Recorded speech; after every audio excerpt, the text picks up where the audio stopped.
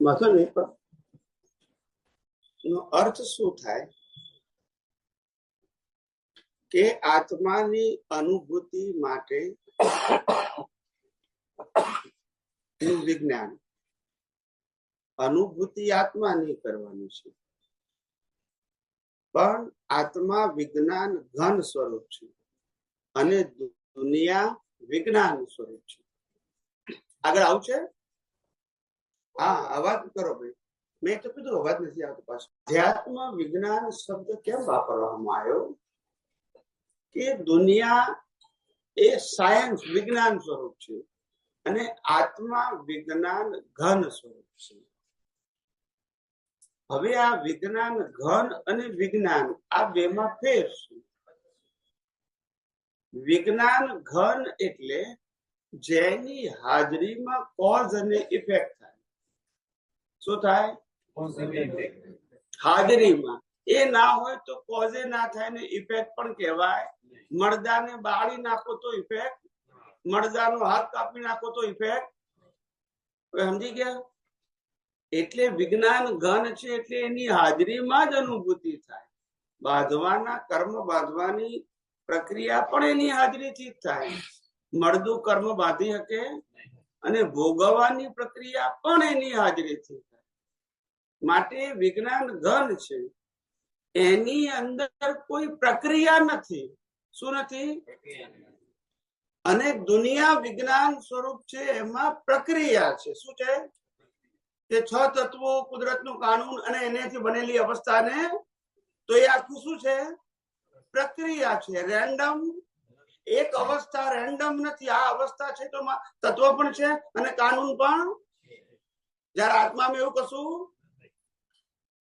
સમજાય છે કે નથી સમજાતું? આત્મા વિજ્ઞાન ઘન છે અને દુનિયા વિજ્ઞાન સ્વરૂપ છે. માટે આત્માની હાજરીમાં જ દુનિયાને જાણી, બીજો કોઈ ઓપ્શન નથી. આત્માની હાજરીમાં જ જાણી શકાય દુનિયા, બીજો કોઈ ઓપ્શન નથી. એટલે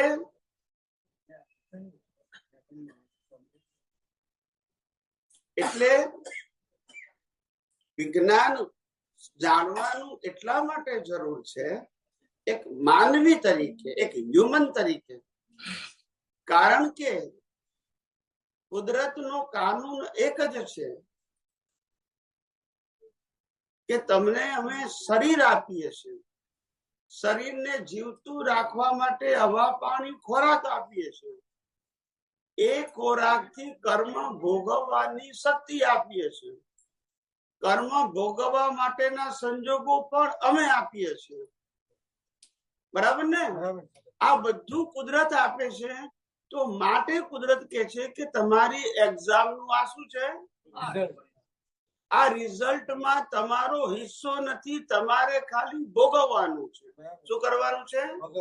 કારણ કે બાંધ્યું તું તમે, જેનાથી બાંધ્યું છે, જે અહંકારથી, એ જ અહંકાર ભોગવે છે. પણ તમે જે બીજ નાખ્યું છે એનું બધી પ્રક્રિયા કોણ કરશે?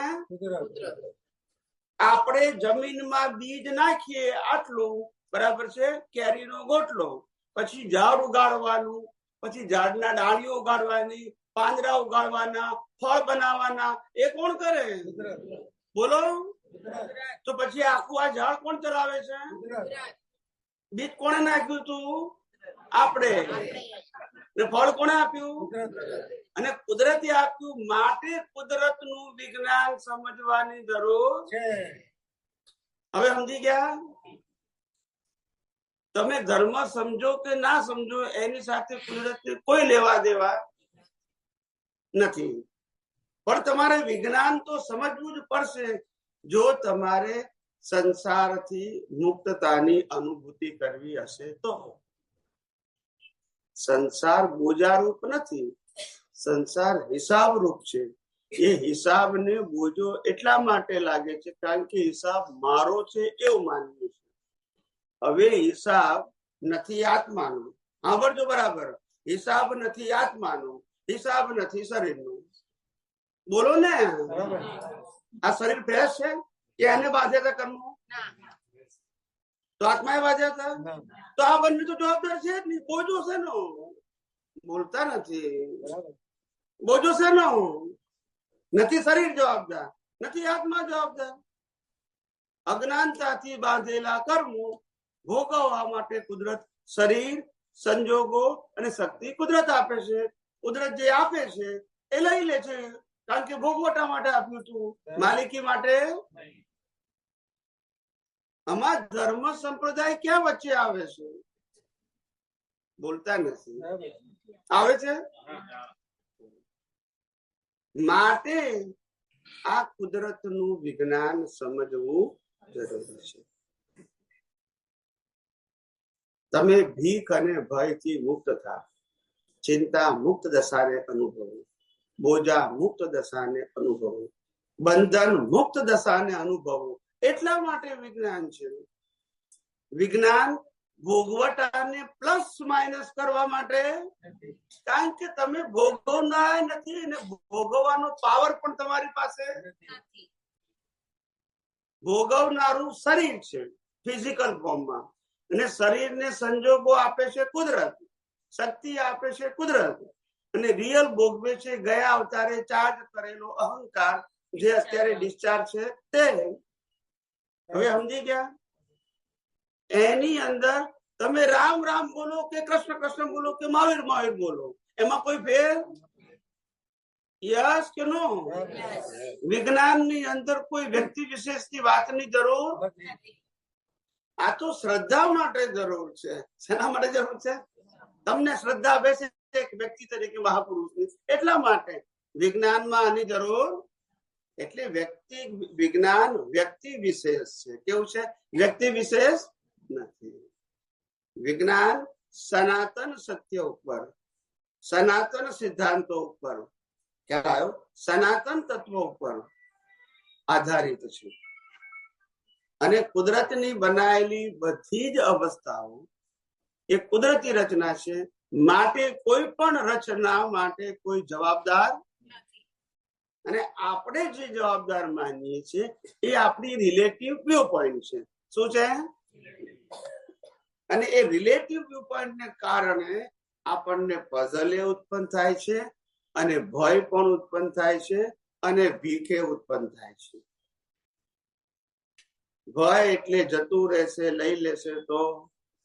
ભીખ એટલે આ સમર્થ પુરુષો મને કંઈક આપશે તો. પણ એવી સત્તા કુદરતે કોઈને સ્વતંત્ર. દેવી દેવતાઓ પાસે પણ આપવા લેવાની સ્વતંત્ર શક્તિ. બધે ઠેકાણે કુદરતનો કાનૂન લાગુ પડે છે. કાનૂનથી બહાર કે ઉપર કોઈ જઈ શકે. માટે વિજ્ઞાન સમજવું જરૂરી છે. સમજાયું? આ વિજ્ઞાન એ કોઈ ચમત્કાર નથી, પણ વિજ્ઞાન એક એવી દ્રષ્ટિ છે જેને કારણે તમને ખબર પડે કે આખું મિકેનિકલ સંચાલન કુદરતનું છે. કોનું છે?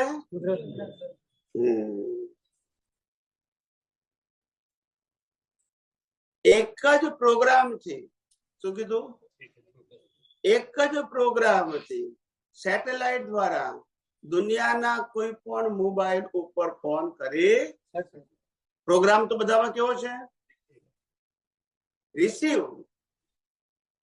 બરાબર છે? અવાજનો રિસીવ કરવો અથવા સેન્ડ કરવો. પ્રોગ્રામ તો કેવો છે? એક જ છે બધા મોબાઈલમાં.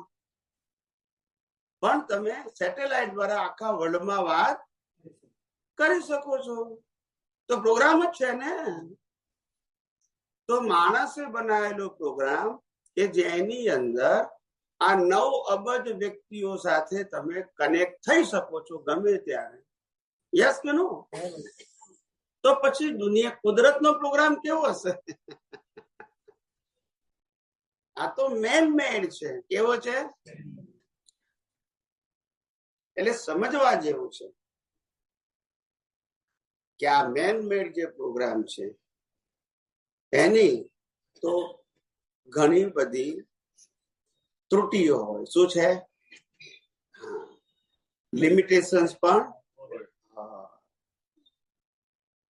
એવું કહેવાય છે કે જે આપણે આ ઇન્ટરનેશનલ લેવલે જે બધી વાતો કરીએ છીએ એના દોરડા દરિયામાંથી જાય છે.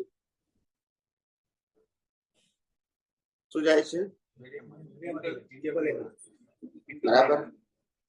અને સેટેલાઇટ દ્વારા જાય છે. શું જાય છે? ના, પણ એ શું જાય છે? તો દરિયામાંથી જાય છે શું? એટલે પેલા જાય છે તો બે માં ફેર શું? દરિયામાં જે છે ને એ ઓપ્ટિકલ ફાઈબર કેબલ છે. ના ના, નથી કહેતો, હું સમજી ગયો. બંનેનો રોલ શું છે? એક જ છે. તો પછી આપણો આ ફોન દરિયામાંથી ગયો કે ત્યાંથી ગયો કે ખબર પડે?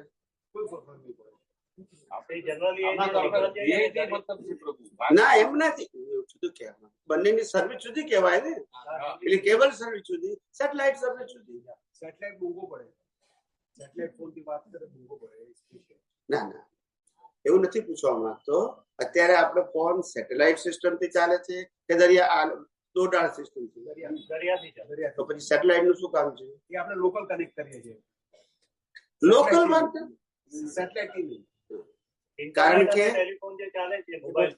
કે અત્યારે જે પેલું કયું કેવાય લિંક, શું કે છે? Star link. કે સ્ટાર લિંક નું મેં જરા થોડું સ્ટડી કર્યું હતું અમેરિકા. એ સ્ટાર લિંકમાં એવું કીધું છે, મેં ડિટેલ જરા થોડી વાંચી આની અંદર એઆઈમાં, તો એને એવું કીધું કે સ્ટાર લિંકમાં ઇન્ટરનેશનલ મોબાઈલ નંબર આવશે. આખા વર્લ્ડમાં ચાલે એવો મોબાઈલ. શું કીધું? અને જંગલોમાં, ગાઢ જંગલોમાં પણ એ મોબાઈલ તમારો બંધ નહીં થાય, કારણ કે સેટેલાઇટ કનેક્ટેડ છે. ત્યાં થોડું ટાવર હાથે લેવા દેવા. ગાઢ જંગલોમાં પણ તમારો મોબાઈલ ચાલશે ને આખા વર્લ્ડમાં એક જ નંબર તમને. ખ્યાલ આવ્યો? કારણ કે સેટેલાઇટ શું છે, અને સેટેલાઇટ જે હજારો કિલોમીટર ઊંચું છે એના માટે પૃથ્વીના બધા ઠેકાણે વેવ છે, એના માટે કોમન છે. એની રેડિયસ બ્રોડ છે. ખ્યાલ આવે? એટલે એ શરૂઆતમાં થોડો મોંઘો પડશે, પણ પછી લોકો ટેવાઈ જશે. શું છે? એવું. કારણ કે મોંઘું કે સસ્તું બધાને હવે જરૂરિયાત થઈ ગઈ. શું થઈ ગઈ? ખ્યાલ આવે? એટલે આપણે બહેનોને કહીએ કે મેકઅપ કરવા માટે 5,000 જોઈએ, તો કે જે જોઈએ જોઈએ, પણ જરૂરિયાત છે. હવે કરવાનું શું? ખ્યાલ આવે? ખાવાનું ઓછું ખાજો, ડ્રેસ સસ્તા અપાવો છો, મેકઅપ જોઈશે. જરૂરિયાતમાં શું કરો તમે? એવું. એટલે દરેક વસ્તુ હવે જરૂરિયાત થઈ ગઈ. શું થઈ ગઈ? જેને શોખ કહેવાતું હતું એ નેસેસિટી થઈ ગઈ. એક જમાનામાં લેન્ડલાઇન એને લક્ઝરી કહેવાતી હતી. ફ્રીજ, વોશિંગ મશીન ની તો વાત જ નથી. ડિશવોશર, ટીવી, એસી, આ બધું લક્ઝરી કહેવાતું હતું. હવે શું થઈ ગયું? ઝૂંપડીમાં આવી ગયું. ઝૂંપડપટ્ટીમાં ફ્રીજ હોય નાનું. ખ્યાલ આવ્યો? ટીવી હોય, મોબાઈલ તો હોય બધા પાસે. આવું છે બધું. એટલે સમય સમયે આ બધું બદલાયા કરે છે. એનીવે, એટલે જે આ સાયન્સની જે ટેકનોલોજી છે, એ ટેકનોલોજી અત્યારે માનવ જાત ઉપર ભરડો લઈ રહી છે. એટલે કે માનવને હેન્ડીકેપ બનાવે છે. શું બનાવે છે? આપણે 25 × 25 કરીએ તો 625 બોલી જઈએ. તો પેલા લાગે કે આનું માઇન્ડ તો કોમ્પ્યુટર છે, પણ એવું નહીં. આપણે તો નાનાથી મોટા એ રીતે થયા છે. અત્યારે તો કેલ્ક્યુલેટર તમે જાઓ તો કે 25 × 5, તો કે ના, મારે કરવા પડે. એનું બ્રેન જ નહીં ચાલે. ફોરેનમાં નહીં ચાલે, કોઈનું બ્રેન નહીં ચાલે. ચાલે જ નહીં. એ રીતે ટેવાયેલા જ નથી. આપણે જે પલાખાને બધા રીતે આપણે ટેવાયેલા છે ને, એવું ત્યાં એવી ટ્રેનિંગ જ નથી. બિલકુલ નહીં. 5 × 5 હોય તો કરે એવું. એટલે ટેવ પડી ગઈ. ખ્યાલ આવે? કેલ્ક્યુલેટર કે સાચું, બસ એમ કે મારું કહેવાનું. તમે એક વાર કહો તો એ પણ કેલ્ક્યુલેટર ઉપયોગ કરે છે એવી રીતે. એટલે એ આપણું જે માઇન્ડ છે એ ધીમે ધીમે બધું ઇનએક્ટિવ થવા માંડ્યું. શું થવા માંડ્યું? અને જેટલું માઇન્ડ તમારું ઇનએક્ટિવ થાય એટલું આઈ વાળા તમારા ઉપર કંટ્રોલ કરી શકે. ખ્યાલ આવ્યો? તમારા ઉપર કંટ્રોલ કરી શકે. પછી એ કે એ તમારે કરવું, તમે કોઈ એ ના કરે, એ કે તમારે કરવું. ખરેખર કહું છું, એ તમને કહેશે કે તમારે હવે આવા કલરનો ડ્રેસ નહીં, આવો પહેરવાનો, વાળ આવા કપાવવાનું, એ નક્કી કરશે. એ આવ્યું. ખ્યાલ આવ્યો? આવું. કારણ કે તમે હેન્ડીકેપ થઈ ગયા, એના ઉપર શું થઈ ગયા? આધારિત થઈ ગયા. આવું છે.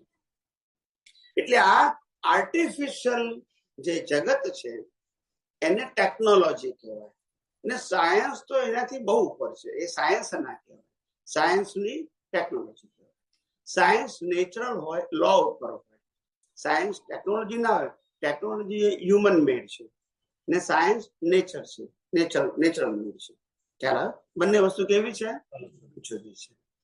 અને એ સાયન્સ જે જાણવું જોઈએ આપણે, એ એટલા માટે જાણવું જોઈએ કારણ કે આ વર્લ્ડ સાયન્સ છે, અને સાયન્સ જાણવાથી તમને ખબર પડશે કે આ મિકેનિકલ પ્રક્રિયાના બોજાની જરૂર નથી. એટલા માટે સુખ દુઃખ જે છે એ ખાલી ડિસ્ચાર્જ ફિલિંગ છે, લાઈવ નથી. શું નથી? સમજાય છે? ભૂખ્યો માણસ ભૂખ્યો રહે તારે એને એમ લાગે કે હું 4 દિવસથી ભૂખ્યો છું, બરાબર છે? પણ 8 દિવસ કરે તો ભૂખ્યો ના લાગે, જો બોલતા નથી. સાયકોલોજી. હવે ખ્યાલ આવ્યું શું કહું છું? પર્યુષણની અંદર 8 દિવસ અઠાઈ કરી હોય, પણ વાઇફ જો 2 દિવસ માદી પડીને રસોઈ ના બનાવે તો ઊંચા નીચા થઈ જાય. એટલે અહીંયા અઠાઈ કરો ને. Mind set. હવે ખ્યાલ આવ્યો શું કહું છું? આપણું માઇન્ડ સેટ થઈ ગયું છે. આપણે કેપેબલ નથી એવું ને, પણ આપણે માઇન્ડ ફિક્સ કરી નાખ્યું છે. ત્યારે પહેલાના જમાનાના લોકોનું માઇન્ડ કેવું હતું? પરિસ્થિતિમાં એડજસ્ટ થવાનું. એટલે જીવન લાંબુ ચાલતું હતું, ટકરામણ વગર ચાલતું હતું, એકબીજાને એડજસ્ટ થઈને ચાલતું હતું, ઓછામાં ઓછી જરૂરિયાતથી ચાલતું હતું, અને ફરિયાદ પણ નથી. ખ્યાલ આવ્યો? એ આખી લાઈફ સ્ટાઈલ જ જુદી હતી સાહેબ, આખી જુદી હતી. એટલે આ અત્યારે આપણે બધા ધીમે ધીમે સાધનોના હેન્ડીકેપ થવા માંડ્યા, સાધનો ઉપર આધારિત થવા માંડ્યા. અને માટે આપણી જે વિચાર કરવાની જે ક્ષમતા છે એ ધીમે ધીમે માઇલ્ડ થવા માંડી. શું આ માંડી?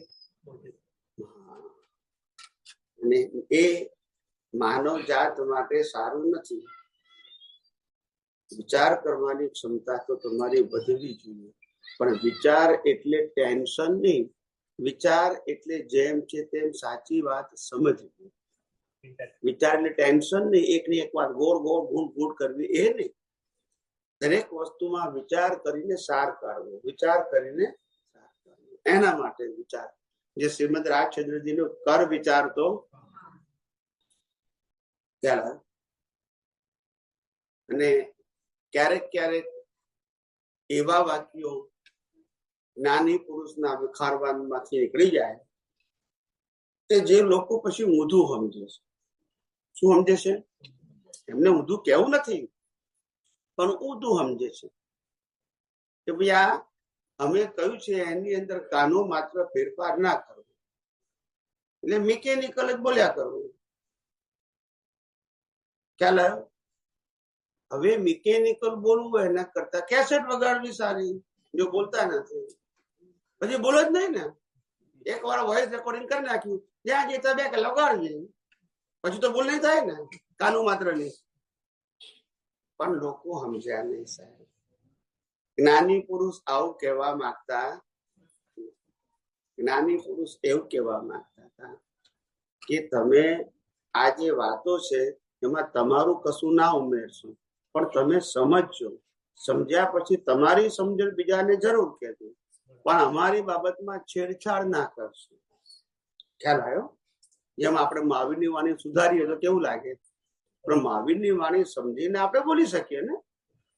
એમાં એની કોપી નથી કરતા, એની વાતનો સહારો લઈ સમજી અને આપણે બીજાને સમજાવવા પ્રયત્ન કરીએ છીએ. કોપી નથી કરતા, એ વાતને છેડછાડ કરતા નથી. આવી રીતે કહેવાનો મતલબ આવો હતો. પણ એને એ વખતે ના સમજાયું. લોકોએ ભય સંજ્ઞામાં લીધું, ના કશું ફેરફાર નહીં કરવો. તે પછી આ સમજણનો વિકાસ ના થયો. પછી આ વિજ્ઞાનની વાતો બહાર આવી અને લોકોને કહેવામાં આવી, ત્યાર પછી ખબર પડી કે આપણે વિચાર તો કરવાનો હતો, સમજવા માટે, એમાં સુધારવા માટે નહીં. આવું થઈ ગયું. અને અમારે જાહેરમાં કેટલી વખત બોલવું પડ્યું કે જ્ઞાની પુરુષ દાદા ભગવાને આપણને બધાને પપેટ્સ બનાયા,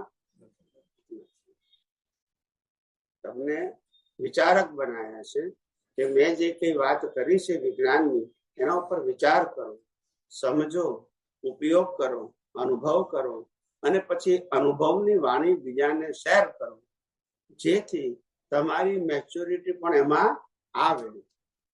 મારી વાત ગોખીને કહેશો તો નો મતલબ શું છે? એ તો ચોપડી થઈ ગઈ. આવું છે. માટે જ્ઞાની પુરુષ કહેવા શું માંગતા હતા આપણે સમજીએ શું, એનું પછી આ દશા થઈ. પણ કુદરતને કઈ સારું કરવું હશે એટલે આ પાછું વિજ્ઞાન ખુલ્લું થઈ ગયું. સમજાયું? હવે આપણે ધીમે ધીમે પ્રશ્નોત્તરી લઈએ છીએ. માઇક માઇક માઇકમાં બોલો.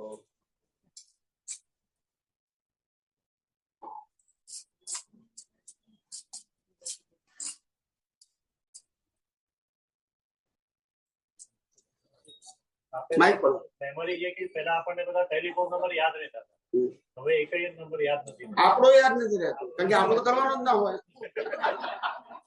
એટલે તમારો નંબર તો ઉભાડવો જોઈને કહું, કારણ કે નંબર બોલવાનું ના આવે ને, તમે સમજ્યા ને. એઆઈ જે પ્લેટફોર્મ નીકળ્યા એ બધી મોટી જે કોર્પોરેટ છે એ બધા એના દિમાગ ખતમ કરવા માટે જ કાઢ્યા છે. તમે ટોટલી હેન્ડીકેપ થઈ જાઓ એના આધારે.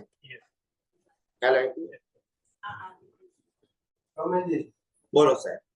આપણે જેમ જેમ અજ્ઞાન દૂર કરતા જઈએ એમ ગ્રેજ્યુઅલી કેવળ પ્લેટ બંધ કરી દીધું.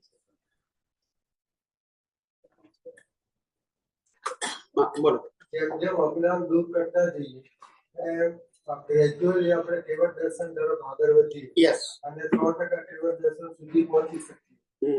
હવે કેવળ દર્શન નું બીજ કેવળ જ્ઞાન પડે તો કેવળ જ્ઞાન એક સાથે આવે કે ગ્રેજ્યુઅલી થઈ શકે? એક સાથે જ આવે. જો આત્મા કેવળ જ્ઞાન સ્વરૂપ છે માટે બનાવવાનો, અને દ્રષ્ટિ કેવળ દર્શન સ્વરૂપ નથી. હવે સમજી ગયા? હવે સ્વામીજી એક દાખલો આપો. બોલો. પ્રભુ મહાવીર વખતે જે અનંત શ્રાવક હતો એ કેવલીની લાઈનમાં બેઠો, એટલે ગૌતમ સ્વામીએ કીધું કે આ કેવલીની લાઈન છે, આપ ત્યાં ના બેસી શકો. તો પ્રભુ મહાવીરે એવું કીધું એ શ્રુત કેવલી છે માટે બેસી શકે. હવે આ સમજાવો.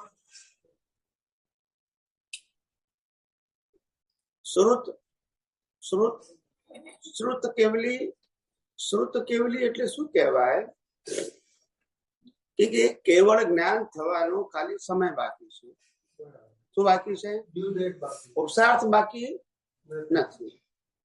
આનંદ શ્રાવક ને તે જ વખતે પછી કેવળ જ્ઞાન થયું, એ જ અવતાર બાકી છે.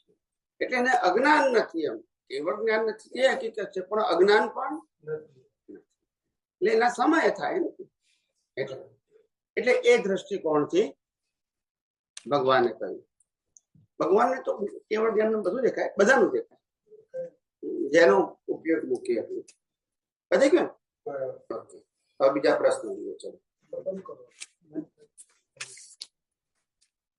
પ્રશ્ન નંબર 1 શાંતિલાલ વાઘેલા. ઓકે, તમે વાઘેલા છો? સ્વામીજી પ્રણામ. પ્રશ્ન નંબર 1, 6 તત્વોમાં એક શુદ્ધ ચેતન એક છે, બીજા 5માં ચેતન ભાવ નથી, પણ તેમનામાં બીજા અનંત પ્રકારના ગુણધર્મો છે. તો કયા કયા ગુણધર્મો છે? એ બતાવવા કૃપા કરશો જી. બધામાં એક ગુણ કોમન છે, આ બધા અવિનાશી છે. કેવા છે? વિનાશ થતો. પછી અવસ્થાઓમાં બધા ગુણો સહાયક છે. કેવા છે? એના વગર અવસ્થા બને નહીં. અને ત્રીજી વસ્તુ એ અપરિવર્તનશીલ છે, બદલાતા નથી. ચાલો, એના નિમિત્તે અવસ્થા ઉત્પન્ન થાય પણ તત્વ તો તેના એ બદલાતા નથી. એના હાજરીથી ઉત્પન્ન થયેલી અવસ્થા બદલાયા કરે. અવસ્થાની બિગિનિંગ એન્ડ હોય, એની બિગિનિંગ એન્ડ ના હોતા. બસ આ મુખ્ય ધર્મો. બાકી તો ગતિ સહાયક હોય ગતિમાં કામ કરે, સ્થિતિ સહાયક હોય સ્થિતિમાં કામ કરે. ખ્યાલ? સમય તત્વ છે, એના આધારે આઈડેન્ટિફિકેશન થાય આ વ્યવહાર જીવનમાં, જન્મ જીવન મૃત્યુની અવસ્થાનું. અને સ્પેસ ના આધારે બધી એક્ટિવિટીઝ છે. સમજાય?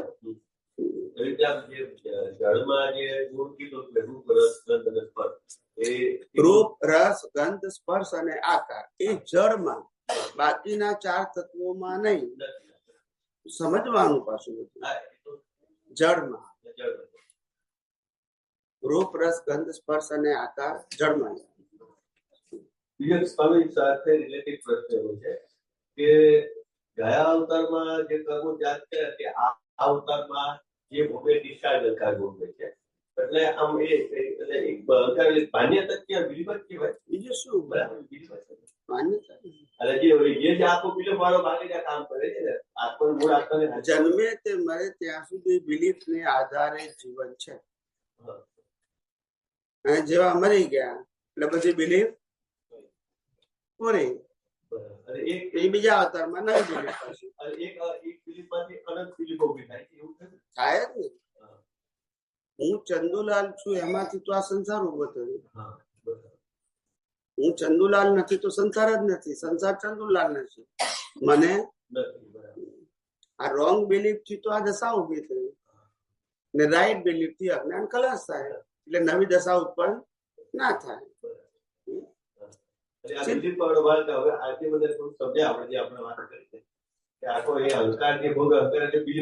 વાળો ભાગ એ જ ભોગવે ને સાહેબ. અહંકાર જો એક દાખલો આપો. માનો કે તમને કોઈ સોનાની લગડી આપે તો તમને આનંદ થાય કે નહીં? થાય કે નહીં? હવે તમે ઘસદાર ઊંઘી ગયા અને તમારા ખિસ્સામાં કોઈ મૂકી તો, તમારા ખિસ્સામાં કોઈ લગડી મૂકી તો કોઈ અસર કેમ? જોઈ નથી ને આપણે. હા, જોવે તો બિલીફ થાય ને. ના સમજાયું? તારે પછી બિલીફ ની અસર છે. આ જોવાથી જે બિલીફો ઉભી થઈ છે એ જ ને. જોવું એટલે એક જાતની ફિઝિકલ જાગૃતિ, તો અસર થાય. ફિઝિકલ આ તમારે ધ્યાનમાં તમે શું કરો છો? ફિઝિકલ જાગૃતિ ને ભૂલી જાઓ છો. બહુ ધ્યાન કરો તો દેહાદ્યાસ પણ ભૂલી જવાય. જયારે ડીપ માં જતા રહો ત્યારે હું બે શરીર છું તે ના રહે. ખ્યાલ આવે ને? એ એક પ્રકારની મનની શાંતિનો પ્રયોગ છે. સમજાય છે? પણ એવું જાગૃતિમાં જાગૃતિ પૂર્વક છૂટાપણું રહે તો જ્ઞાન કહેવાય. એને જાગૃતિ પૂર્વક હા, પેલું જાગૃતિ પૂર્વક નથી. સમજાય છે? ઊંઘી જ્ઞાન ના થાય એના જેવું છે. જાગતા ના થાય તો એને જાગૃતિ કહેવાય. જાગૃતિ હોય દરેક અવસ્થામાં જાગૃતિ. અને આપણે જાગૃતિ બીજું કશું જ નથી. અવસ્થા માત્ર કુદરતી રચના જોઈ તો આપણે છૂટા છે. એમાં કોઈ બીજી મોટી કઈ એક્સરસાઇઝ કરવાની નથી. દરેક અવસ્થામાં કુદરતી રચના કુદરતી રચના જોવું એ પ્રતિક્રમણ, સ્વમાં રહેવું એ સામાયિક, અને કુદરતી રચના ન જોવું એ અતિક્રમણ. દરેક અવસ્થાઓ તો ઉભી થતી રહે છે અને વિનાશ થાય, પણ એ અવસ્થાઓ કુદરતની જ છે આ બધી અવસ્થા. એમાં જ રાગદ્વેષ થઈને ભાવ ચાર્જ થાય છે. એમાં જ આપણે જાગૃતિ રાખી અને થઈ જાય તો પછી એનો પ્રતિક્રમણ કરવાની, કદાચ ના રહી જાગૃતિ બોલમાં. બરાબર. ઓકે,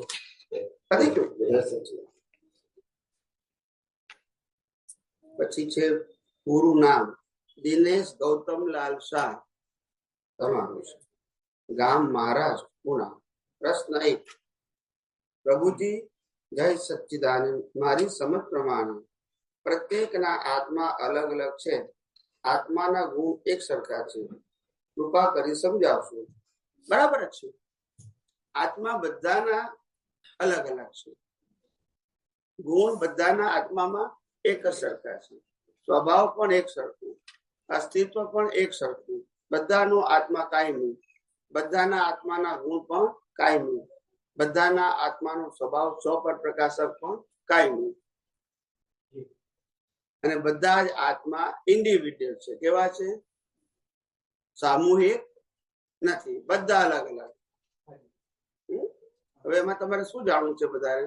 બસ આ જાણવું હતું. એક મહાત્મા જોડે વાત થઈ હતી આવી રીતે, તો એમનું કેવું એમ હતું કે નહીં, આત્મા પણ બધા આપણે આત્મા એક જ છે અને બધામાં એક જ એટલે એક જ આત્મા છે. તો મારું એમને એમ કેવું હતું કે આપણા કર્મના હિસાબ પ્રમાણે આપણને ભોગવતા આવે છે અને આત્માની હાજરીમાં થાય છે અને આત્માની હાજરીમાં ભોગવાય છે, એટલે આત્મા બધાના અલગ અલગ છે. એ મારું કેવું હતું. એ જ આપણી જોડેથી જાણી લેવું છું.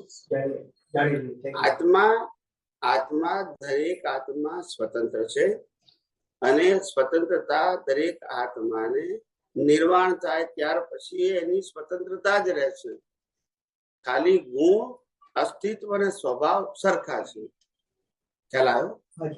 પણ અસ્તિત્વ તરીકે બધા કેવા છે? અલગ અલગ.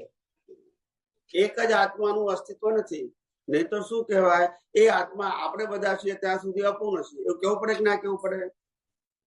કેવું પડે કે નહીં? તો એ આત્મા ક્યારે પૂર્ણ થશે? નહીં. મને સમજાઈ ગયું, પણ એ બ્રહ્મકુમારી જોડે હતા તો એમની સમજ અલગ છે. કઈ વાત? પ્રશ્ન નંબર 2. નિગોદમાંથી જીવ શા માટે આ દુષ્ચક્ર સંસારમાં ફસાઈ જવા માટે આવશે? એટલે કે ત્યાં એ બેભાન અવસ્થામાં છે અને જીવ લાંબુ જન્મની ભટકામણ પછી મોક્ષે જાય છે. ત્યાં પરમાનંદ કે બેભાન અવસ્થા, ત્યાં આત્મા શું કરે છે? મોક્ષે જાય ત્યારે ભાન અવસ્થા હોય, બેભાન ના હોય. નિગોદમાં બેભાન અવસ્થા હોય, મોક્ષે જાય ત્યારે સંપૂર્ણ જાગૃત હોય, આત્મા જાગૃત હોય, બોડી હોય નહીં. મારો પ્રશ્ન એમ હતો પ્રભુજી કે આ સંસારના દુષ્ટ ચક્રમાં ફસાવા માટે નિગોદમાંથી આવે છે શા માટે? પછી લાખો ભાવ એ ફરે છે, ડેવલપમેન્ટ થાય છે અને એના પછી સીધા જાય છે. તો એટલી બધી એને એ કરવાની જરૂર શું હોય? તે એમ મારું માનવું છે કે અહીંયા પણ બેભાન અવસ્થા અને ત્યાં પણ પરમાનંદ અવસ્થા કે બેભાન અવસ્થા. તો આ બધું આ દુષ્ટ ચક્ર શા માટે? એ મારે ત્યાં મોક્ષે જાય તો બેભાન અવસ્થા નથી. વ્યવહાર અવસ્થા તો નથી. નહીં, બેભાન અવસ્થા નથી. બેભાન અવસ્થા પરમાનંદ અવસ્થા છે. આ આનંદ અવસ્થા છે ને સંપૂર્ણ જાગૃતિ છે સિદ્ધ ક્ષેત્રમાં. અચ્છા. નિગોદમાં સંપૂર્ણ બેભાન છે, ત્યાં સંપૂર્ણ જાગૃત છે. ત્યાં જાગૃત અવસ્થા છે, બરોબર વાત. પણ આ જે બેભાન અવસ્થા છે તો એને કઈ સૂઝબૂઝ એવું કઈ છે જ નહીં એને. પછી તો એને શા માટે અહીંયા રેન્ડમલી કે પેલા એનાથી એને અહીંયા આવવાની જરૂર જ શું છે? એને કઈ સમજ જ નથી, એને કોઈ સેન્સ જ નથી. તો એ શા માટે અહીંયા આવે છે? એટલે કોઈ માણસ બેભાન થઈ ગયો તો ભાનમાં લાવો નહીં. એને કઈ સૂઝબૂઝ જ નથી ને. ના, પણ બેભાન થઈ ગયો તો ભાનમાં ના લાવો, કારણ કે સુખી છે, કોઈ તકલીફ તો થાય જ નહીં. રિલેટિવલી એને જોવા વાળાને તકલીફ હોય, એને તો નથી જ ને. એને તો નથી તો બરાબર કહેવાય ને. ના ના, એ ના કહેવાય. રિલેટિવલી આપણે આપણી રીતે બધા પ્રયત્ન કરીએ છીએ. પણ શેના માટે? પણ એને કઈ તકલીફ થાય જ નહીં. જે બેભાન થઈ ગયો છે એને કોઈ તકલીફ જ નથી. બેભાન થઈ ગયો એને તો કોઈ. તો પછી શું કામ એને ભાનમાં લાવો પરાણે? હા, મારે આજ સાહેબ આપણી જોડેથી જાણવું છે. મારે આજ જાણવાની એટલે કૃપા કરો. એટલે સમજાવો, આ તો ખાલી ગમત કરું છું. હાજી. પહેલી વસ્તુ એ વ્યવહારમાંથી ભાનમાં આવે, એકેન્દ્રિયમાં ભાનમાં આવ્યો. એક ઇન્દ્રિયનું જ્ઞાન એને ભાન કહેવાય. નિગોદમાં એક ઇન્દ્રિયનું પણ ભાન નથી, માટે એને બેભાન. ઇન્દ્રિય એક છે પણ બેભાન અવસ્થા છે. અહીંયા આવ્યો એટલે ભાનમાં આવ્યો. 1 ઇન્દ્રિય, પછી 2 ઇન્દ્રિય, 3 ઇન્દ્રિય, 4 ઇન્દ્રિય, 5 ઇન્દ્રિય, એમ એનું ભાન અવેરનેસ વધતું જાય છે. જેમ જેમ ઇન્દ્રિય જ્ઞાન વધે એમ ખ્યાલ આવ્યો. અને મનુષ્યમાં આવે એટલે 5 ઇન્દ્રિય વધતા બુદ્ધિ મળે. એ બુદ્ધિ મળવાથી એની પાસે સ્વતંત્રતા આવે છે ઉપયોગ કરવાની. પહેલા સ્વતંત્રતા નથી. ડેવલપમેન્ટ થવા માંડ્યું. હા, એ પછી બુદ્ધિ થી પછી એ નવા કર્મો બાંધે છે, રાગ દ્વેષ કરીને. એનાથી 4 ગતિમાં ફર્યા કરે છે. પછી માર ખાય છે અને જ્ઞાનીને પોળે છે. જ્ઞાની કહે છે, ભાઈ તું શરીર નથી, આત્મા છું અને સુખ બહાર નથી, અંદર છે. ત્યાર પછી એની દ્રષ્ટિ બદલાય છે અને ત્યાર પછી મોક્ષે જવા માટેનો પુરુષાર્થ કરે છે. સમજાય છે? હાજી. પણ નહીં, પણ મારું એમ કેવું હતું કે જ્યાં બેભાન અવસ્થામાં છે એને કોઈ સેન્સ જ નથી એનામાં, એટલે કઈ એને ભાન જ નથી એને. હા, તો પછી ત્યાં અવસ્થા એટલે પરમાનંદ અવસ્થા શું એ પણ એને ખબર નથી. તો પછી એ જીવ ત્યાં એમ જ રહે અને ત્યાં જ ડિસ્ટ્રોય થાય તો શું ફરક શું પડે છે? મારું પૂછવાનું, મારી જિજ્ઞાસા એમ હતી. એ તો તમને હું કહું છું. બેભાન અવસ્થા એટલે જ્ઞાન ન હોવાની અવસ્થા. હા, પણ એને જ્ઞાનની જરૂર શું છે? એને કઈ ખબર જ નથી, કોઈ જાતની સેન્સ જ નથી. એટલા માટે તો આપણે કહીએ છીએ, આપણે નાના છોકરાને કે તું બી અભણ રે, જ્ઞાન આવે તો તકલીફ થાય ને તને. ભણ જ નહીં કશું, જાણ જ નહીં કશું, તો શું થાય? આ જ્ઞાન અજ્ઞાન થી એ તકલીફ છે. એની તો ઉપાધિ છે. ખ્યાલ આવ્યો કે નહીં? બધી ઉપાધિ નાની જોઈએ છે, પરિણામ આવે ત્યારે મોટી થાય છે. પહેલા મોટી નથી હોતી, નાની જોઈએ છે. ખ્યાલ આવે ને? આપણને ઘર વાળા, પરિવાર વાળા, સગા વાળા, મિત્રો પરિણને વાંધો શું છે? 7 ફેરા કરવાના છે ને. પછી ખબર પડે છે કે 7 લાખ ફેરા પડીએ તોય પાર નથી આવતો. પેલા તો એવું જ કે નહીં, પેલા અઘરું કે તો કોઈ પડે જ નહીં.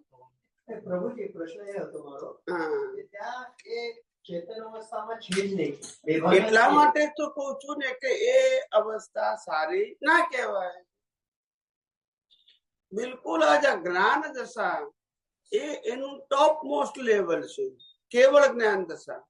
એમાંથી બેભાન અવસ્થા, એ બેભાન અવસ્થાથી ઇન્દ્રિય જ્ઞાન દ્વારા એટલો જાગૃત થાય. પછી બુદ્ધિ આવે એટલે ઓર વધારે જાગૃત થાય, ઉપયોગ કરવાની ક્ષમતા. ત્યાર પછી 4 ગતિમાં ફરવાના કર્મ બાંધે. ત્યાર પછી માર ખાઈને વિચારે. ત્યાર પછી પોતે પોતાના સ્વ સ્વરૂપને ઓળખવાની, અનુભવવાના પુરુષાર્થ તરફ આગળ વધે. આ બધું તો પેલાને ખબર જ નથી, બેભાન વાળાને. તો પછી સ્વામીજી, એ તો નિયમથી આવે છે ને.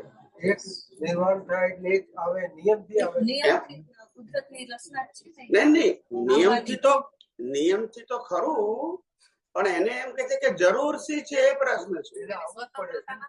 એટલે એ જ કઉ છું કે એના વિકાસના ક્રમ માટે કુદરત એને લાવે છે. એ એની મરજીથી આવતો નથી. હા, મરજી કુદરતની કાનૂનથી આવે છે, એમાં કોઈનું ચાલે નહીં. પછી પસંદગી આવે આપણી? ના આવે. તમારે નિગોજ માંથી બહાર વ્યવહાર રાશિમાં આવવાનું છે. ત્યાં કાનૂન જ કુદરતનો છે. તમે શું કરશો?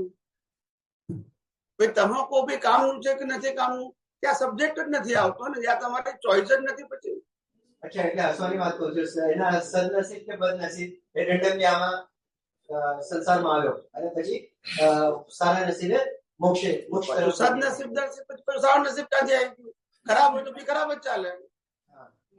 ખ્યાલ આવ્યો? સારા માટે જ તો એ આગળ આવે છે. નિગોજ માંથી તો કોઈ પ્રોગ્રેસ છે જ નહીં. સ્થૂળ ભાષામાં એમ કેવું હતું કે ત્યાં નીચે પડી ગયો કે ઉપર પડી ગયો. એ જો હંમેશા ઉપર નીચે પડે એ અગત્યનું નથી, જ્ઞાન અગત્યનું છે. શું અગત્યનું છે? નિગોજમાં આવે છે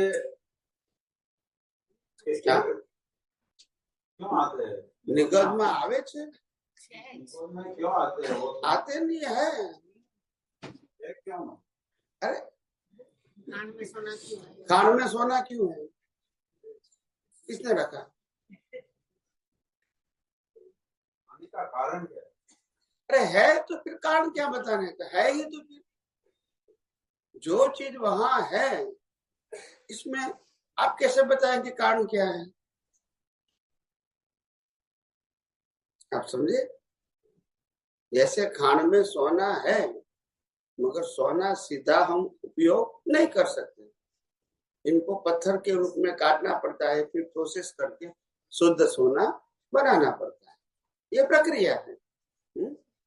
मगर खान में है तभी तो आप शुद्ध बना सकते हैं, ही नहीं तो। ऐसे यहाँ निगोद में आत्मा तो है मगर वो आत्मा अनकॉन्शियस है। धीरे धीरे करके जब व्यवहार राशि में आते तो इंद्रिय ज्ञान का विकास होता है, फिर मनुष्य में आते हैं तो बुद्धि मिलती है, फिर बुद्धि ज्ञान का विकास होता है, फिर बहुत मार खाता है, फिर अनुभव होता है कि मैं जो कुछ शांति सुख पाना चाहता हूँ ये यहाँ है नहीं। फिर वो आत्मा की खोज के लिए प्रयास करता है। समझ में आया? और कुछ नहीं। तो जैसे जैसे ज्ञान बढ़ेगा तभी तो वो आत्मा को खोजेंगे ना। ज्ञान ही नहीं तो क्या करेंगे? एनिमल कैसे आत्मा को खोजेंगे? खोजेंगे नहीं, खोजेंगे। ज्ञान होगा तभी तो खोजेंगे ना। निगोद में आना ये बट नेचुरल है, नहीं है, आया नहीं है, निगोद में है ही तो आया कहाँ से? લોકલોકમાંથી એ જીવ એ આવે છે ત્યાં ઘડી ત્યાં છે, જેવી રીતે હવા છે એવી રીતે છે જ ત્યાં. નિગોદમાં નિગોદના અનંતા જીવો છે ને એનું લાસ્ટ સ્ટેશન સિદ્ધ ક્ષેત્ર. સિદ્ધ ક્ષેત્ર, બરોબર. આના પરથી એક પ્રશ્ન હતો કે આટલા કરોડો અબજો જીવ ત્યાં છે તો એ મોક્ષ પામીને છોટે સિદ્ધ ક્ષેત્રમાં જાય છે, ત્યાં એવો કેટલો સ્પેસ છે કે કરોડો અબજો જીવ ત્યાં જતા જાય એવો કેટલો ત્યાં સ્પેસ છે કે ત્યાં એમનો સમાવેશ થાય સિદ્ધ ક્ષેત્રમાં? સિદ્ધ ક્ષેત્રમાં આત્માને સ્પેસની જરૂર જ નથી ને. અચ્છા, કારણ કે પરમાણુનો બનેલો નથી, જગ્યા પરમાણુને જોઈએ. આત્મા તો જ્ઞાન પ્રકાશ છે. અચ્છા, એટલે ત્યાં ખાલી પ્રકાશ જ છે. એટલે હા, બરોબર, સમજી ગયો. એટલે એને જગ્યાની જરૂર જ નથી. સમજી ગયો. ચાલો, જય સચ્ચિદાનંદ. જય સચ્ચિદાનંદ. આવી ગયું? પતી ગયું? હાજી. ચાલો આગળ. ગજેન્દ્રસિંહ કે વાઘેલા, એ કયા વાઘેલા છે? હા, આગળ આવી ગયો, આગળ આવી ગયો.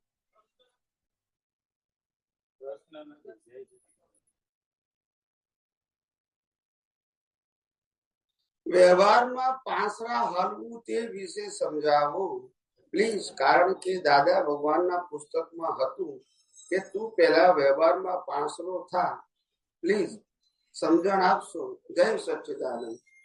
પાંસરા થવું એટલે શું કે આ જગતમાં જે કઈ સંજોગો આપણી સામે બને, આપણી સાથે બને, એની અંદર કોઈ પણ પ્રકારની ફરિયાદ ના કરવી. અંદરથી શું કીધું?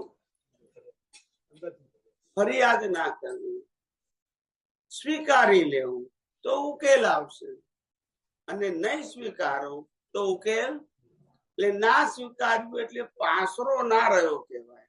પાંસરો એટલા માટે કે આ જે સંજોગ તારી સાથે બન્યો કે તારી સામે બન્યો, એ બંને સંજોગો બનાવનાર કોણ છે? તો તારી પાસે ચોઈસ ક્યાં છે સારી ખરાબ એમ? કુદરતે જે કર્યું એ ન્યાય સ્વરૂપ કર્યું કે અન્યાય કર્યો? તો એમાં આપણે ન્યાયની જરૂર છે કે આ બરાબર છે બરાબર નથી? તમારા ઓપિનિયન ની જરૂરત ક્યાં છે? પણ આ ઓપિનિયન આપો છો એટલે પાંસરા રહ્યા નહીં. એટલે કુદરત પાછા ફેરથી પાંસરા કરે. તમે કુદરતને ચેલેન્જ કરી. કોણે કરી? સમજાયું? એટલે કુદરતને ચેલેન્જ કરવાથી આવું થયું છે. પણ જેટલું તમે સમજશો, જે આવે અને જે બને એને શું કરી નાખો, તો તમારી દુનિયા આથમશે. બીજાની આથમશે કે નહીં આપણે જાણવાની જરૂર નથી, આપણી આત્મ ખ્યાલ આવ્યો? એટલે આ દુનિયા આખી આવી છે. પાંસરા થવું એટલે આપણે લોકો મારીને પાંસરા કરે છે એ નહીં, એ પાંસરા શબ્દ જુદો છે.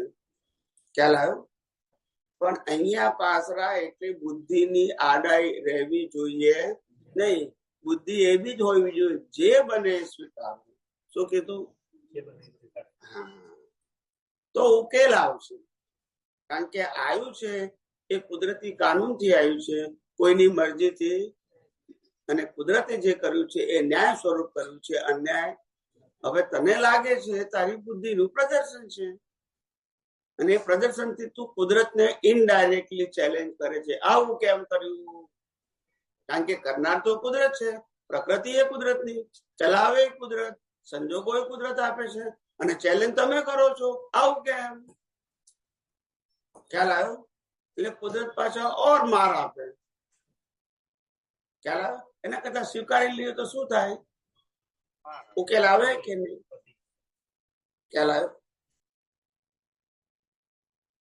એક ભાઈએ દાદા ભગવાન પાસે હસબન્ડ વાઈફ હતા તે ફરિયાદ કરી કે દાદાજી મારી વાઈફ 10 વર્ષથી લગ્ન કર્યા છે, પણ કે મારું સાંભળતું જ નથી, એનું ધાર્યું જ બધું કરે છે. શું કીધું? હું કહું કે આમ બનાવો તો એ બીજું જ બનાવે. ખ્યાલ આવ્યો? અને કચકચ બહુ કરે છે, નાની બાબતોમાં ભાષણ આપી દે છે, ઇલેક્શન ના હોય તો. હવે કરવું શું? તો દાદા કે તારો સ્વભાવ કેવો છે? તો કે હું તો એડજસ્ટ થઈ જઉં છું, બોલતો જ નથી કે છે. તો દાદા કે તમારા બંનેમાં પુણ્યશાળી કોણ? બોલતા નથી. બાઈ કે ભાઈ? બોલો. ભાઈ પુણ્યશાળી કે એને આવો હસબન્ડ મળ્યું. ભાઈ પુણ્યશાળી નતા તે આવી મળ્યું. પછી દાદાએ કીધું કશો વાંધો નહીં, હવે એક અવતાર સારી છે કઈ ઉકેલ લઈ આવે. જો ખરાબ કહીશ તો carry forward in next birth. માટે ઉકેલ લાવી દે. હવે શું છે? સારી છે એવું કઈ ઉકેલ લાવી દે. ખ્યાલ આવ્યો? ખરાબ કહીશ તો ઉકેલ આવશે નહીં. માટે ના થાય. તું ખરાબ છે ને ભાગવા માટે હારી કેવું? હારી છે નહીં. હું હારી તો પાછી આવે. ખરાબ ને ભાગવા માટે જ હારી કહેવાય. આપણે કઈ ખાતા હોય ને પ્રકૃતિ ના ભાવે તો આપણે કઈ ના સારું છે એમ કઈ ખાઈ દેવાનું. સારું છે એમ વધારે ખાવા માટે નેગેટિવિટી ને ભાગવા. હા, રાગના આધારે સારું નહીં, મનને સમજાવવા માટે એ રીતે કીધું છે. એટલે જ્ઞાનીઓની બધી જ્ઞાન કળા ને બોધ કળા જોવા જેવી હોય. ખ્યાલ આવ્યો? અમારા એક મહાત્મા હતા વડોદરામાં, પટેલ. તો જ્ઞાન લીધેલું 5-7 વર્ષ થઈ ગયા હતા. પછી કે છે કે તમારે બંનેને ઝઘડો થાય તો તમે શું કરો કે છે, કઈ રીતે આ જ્ઞાનનો ઉપયોગ કરો? તો એનો હસબન્ડ કે સાજા હું તો જયારે સંજોગ આવે ઝઘડવાનો ત્યારે કહી દઉં કે શુદ્ધાત્મા ભગવાન તમે બહાર બેસો, પછી હું ધબેલું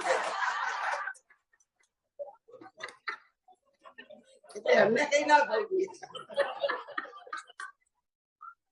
એટલે આવી આવી ખોપડીઓ આવે ને, એટલે દુનિયા તો આવી છે સાહેબ. દાદા હશે શું કરે? અમારે એક મહાત્મા હતા તો એને બચારાને બહુ તકલીફ હતી શારીરિક, બેનને બોમ્બેમાં. તો સેવાભાવી હતા અને શાંત હતા. એવું જીવનમાં પ્રશ્નો બધા બહુ હતા. એટલે બેસી રહે ત્યાં આગળ. કોક વાર પૂછે તો કે દાદા આમ છે આમ છે આમ છે, એ રીતે આમ ફરિયાદ કરી રીતે નહીં. તો પછી એક વાર પૂછ્યું હશે કે દાદા હવે આટલા બધા પ્રોબ્લેમ છે તો મને કંઈક રસ્તો બતાવો કે છે. હું રોજ આવું છું તમારી પાસે, બેસું છું શાંતિથી.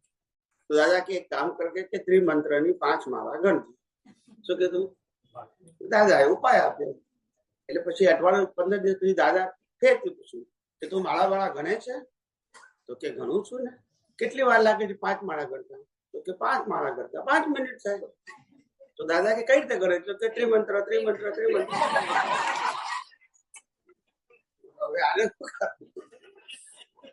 હવે આને કરવું શું? આ બનેલું કઉ છું. ખ્યાલ આવ્યો? આવું છે દુનિયા, આવી ચાલે. હવે શું કરવાનું? આમાં સાહેબ સારા સારા આઈડિયા મળી રહ્યા. એટલે બધા પ્રકારની પ્રકૃતિ જયારે દુનિયામાં જાઓ ને ત્યારે વેરાયટીઝ ભેગી થાય. શું ભેગું થાય? એમ આ દુનિયા એક પ્રકારનું નાટક છે અને નાટકની અંદર બધા પ્રકારના પાત્રો છે. અને પાત્રો હોય તો જ નાટક શોભે, નહીતર શોભે નહીં. ખ્યાલ આવ્યો? બધા જ પાત્રો હોય તો ડ્રામા બરાબર ચાલે. એમ દરેકના રોલ હોય. શું છે એવું? પણ એને જ જોવાનું. આ એક જ પૂરું નામ પંચાલ જીતેન્દ્ર. હા, કઈ વાત નહીં. અમદાવાદ.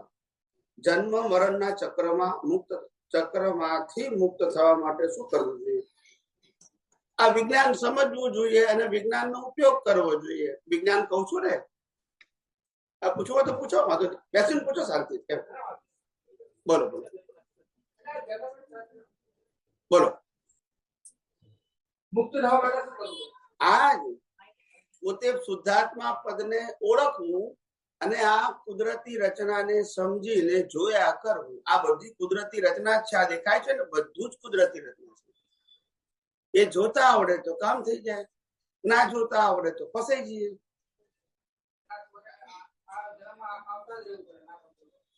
છૂટકો જ નહીં. જન્મ મરણના ચક્કર ચાલુ જ રહે. જ્યાં સુધી કુદરતની એક્ઝામમાંથી પાસ નહીં થઈએ ત્યાં સુધી કુદરત આપણને જન્મ મરણ આપ્યા જ કરશે. અને કુદરતની એક્ઝામમાંથી પાસ થવાનો સીધો રસ્તો આત્મા સિવાય બધું જ કુદરતી રચના છે એવું જો કરવું. બીજો કોઈ રસ્તો નથી. ખ્યાલ આવે ને? જય સચિદાનંદ. આ એક છેલ્લો પ્રશ્ન. જય સ્વરા. મનુષ્ય ભાવ છેલ્લો એ એક જ છે કે નિયમ છે કે બાધે ભારે સમજવું? છેલ્લો એટલે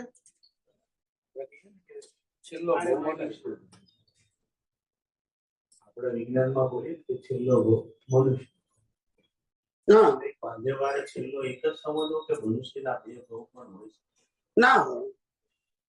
બે ભાવ હોય તો પછી કઈ બે ભાવમાં બંધાયેલા કર્મો કઈ રીતે ભોગવવાના? પછી પહેલો કયો બીજો કયો?